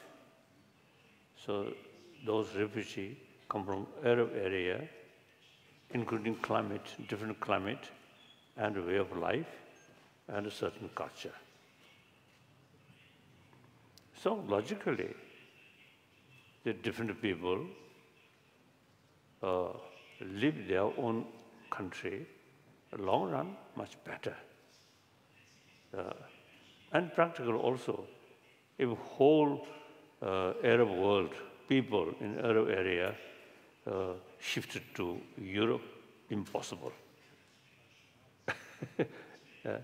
So therefore, I think right from the beginning, give some kind of sort of encouragement. Eventually, I mean, meantime, they should take their own country seriously. So the European give them shelter, and particularly children, education. And then some younger generation, certain training, prepare, rebuild their own country. I feel that, for example, we Tibetan refugee in India, about 100,000.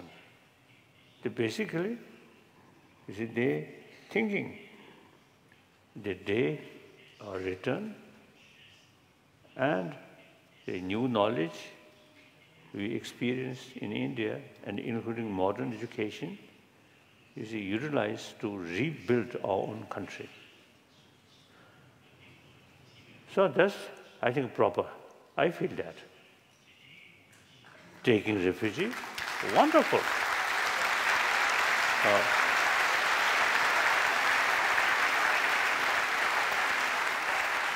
But meantime, they sort of permanently remain here, then also their own sort of interest, not necessarily, I think, good, should think their own country, rebuild.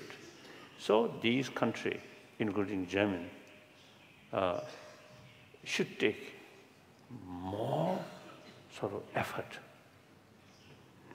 to bring peace, for example, Syria and these areas. That's my view. Whether practical or not, up to you. I don't know.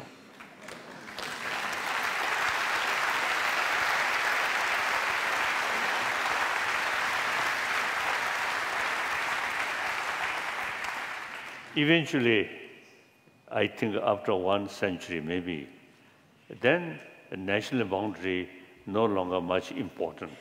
Then okay.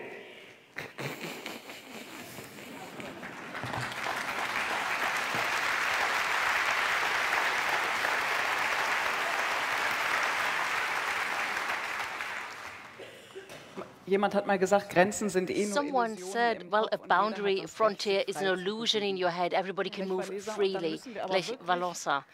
And well, Your Holiness, I have to say, I see things a little bit differently. I excuse myself beforehand before I interfere, but we are friends. So, Your Holiness, my opinion is as follows. God has given us the entire globe, the entire earth, and development has separated us into states, into continents. In religions, there were fights, and our generation has completed it. As we see in Europe, they stopped it. There is the globalization on the horizon, and what is God saying? God says the entire world is yours. And then we say, if you want to live a long and healthy life, then please ask your medical doctors how to do it. And then in Germany, people say, not longer than 5 years. That's not healthy. Continue. Some people cannot imagine. They always keep warm and have warm sweaters, and somebody else says it's too warm, I don't need a sweater. So these are the changes and separations. They brought a lot of suffering, a lot of imbalance. Stop the imbalance tomorrow. The world will belong to us. We will tell the medical doctors that we want to live in a healthy way. We'll listen to them. Let's think of Cuba and Fidel Castro. I think I'm really angry because I think I want to cure the Cuban rheumatism, and I couldn't do it. So the medical doctors should tell us how to do it.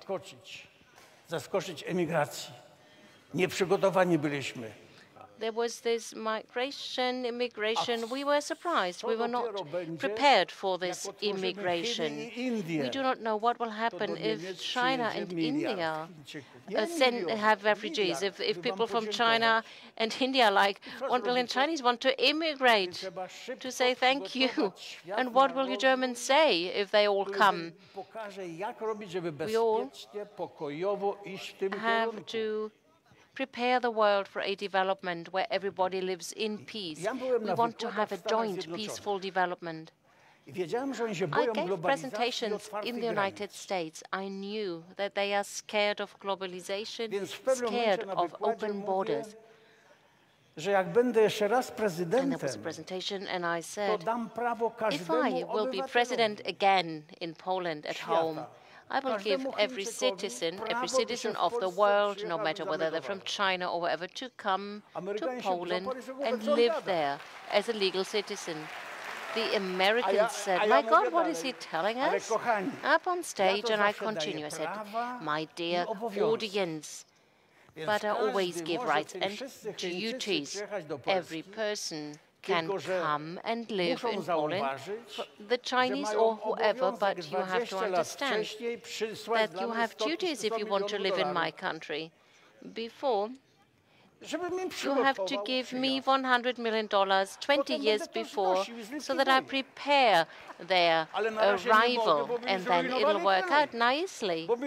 At the moment, I cannot invite all of you because you'll ruin my country, and Germany would be ruined. There are rights and there are duties. Okay. Ich glaube, an dieser Stelle muss man vielleicht eines verstehen. At this moment, one has to understand one thing. Especially people from Tibet have the wish to return to their home. Many refugees also say we want to live back home in Syria, in the Iraq. As soon as the country is living in peace again, we want to go home. Some people stayed here 7, 8 years. They built their future. Their children attend school right here. And of course, they should have a right to decide where their new home will be.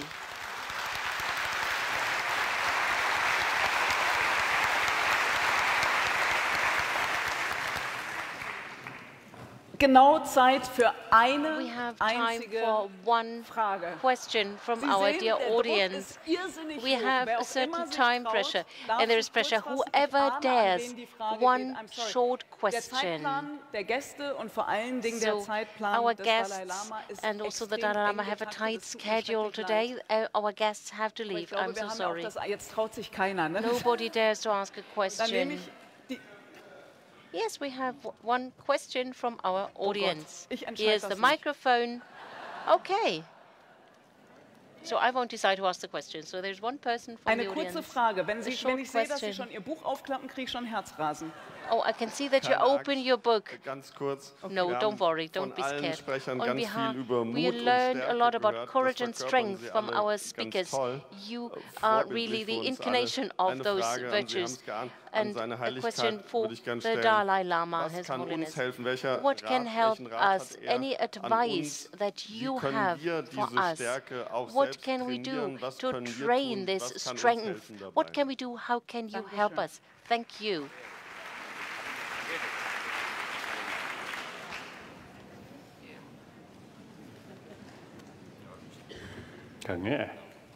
Die Frage war an Sie. As I mentioned earlier, truthful, honest. This very much related with altruistic attitude. If you take care rest of our human brothers, sisters, then no basis to tell a lie, to cheat them, bully them. So you can carry your life honestly. And then truthful. Then also you see you can carry your life transparently. That brings trust from others. So your own selfish viewpoint, that's the best way to take care of yourself. Too much self-centered attitude and fear and distrust.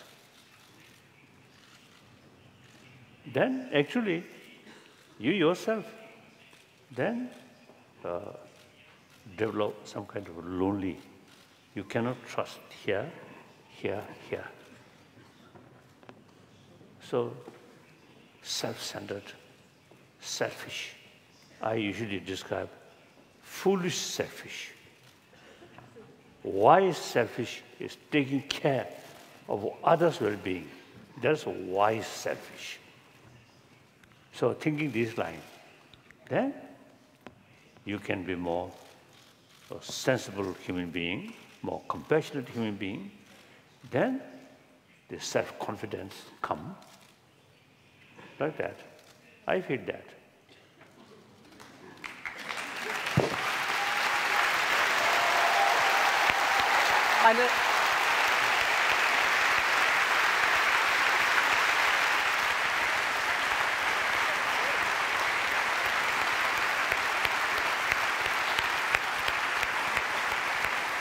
Meine sehr verehrten Damen und Herren, dann darf ich mich bei Ihnen für Ihre Aufmerksamkeit bedanken, gebe auch ein Stichwort noch dazu, das heißt schlicht Herzensbildung und damit am besten schon mit so anfangen. Dann klappt es vielleicht auch. Vielen Dank an Sie alle auf dem Panel und natürlich auch an eure Heiligkeit, an Lechra Leser, Rebecca Johnson und Claudia Roth. Rebecca Johnson and Claudia Roth. Thank you very much to all of you. Vielen Dank. Well, thank you very, very much.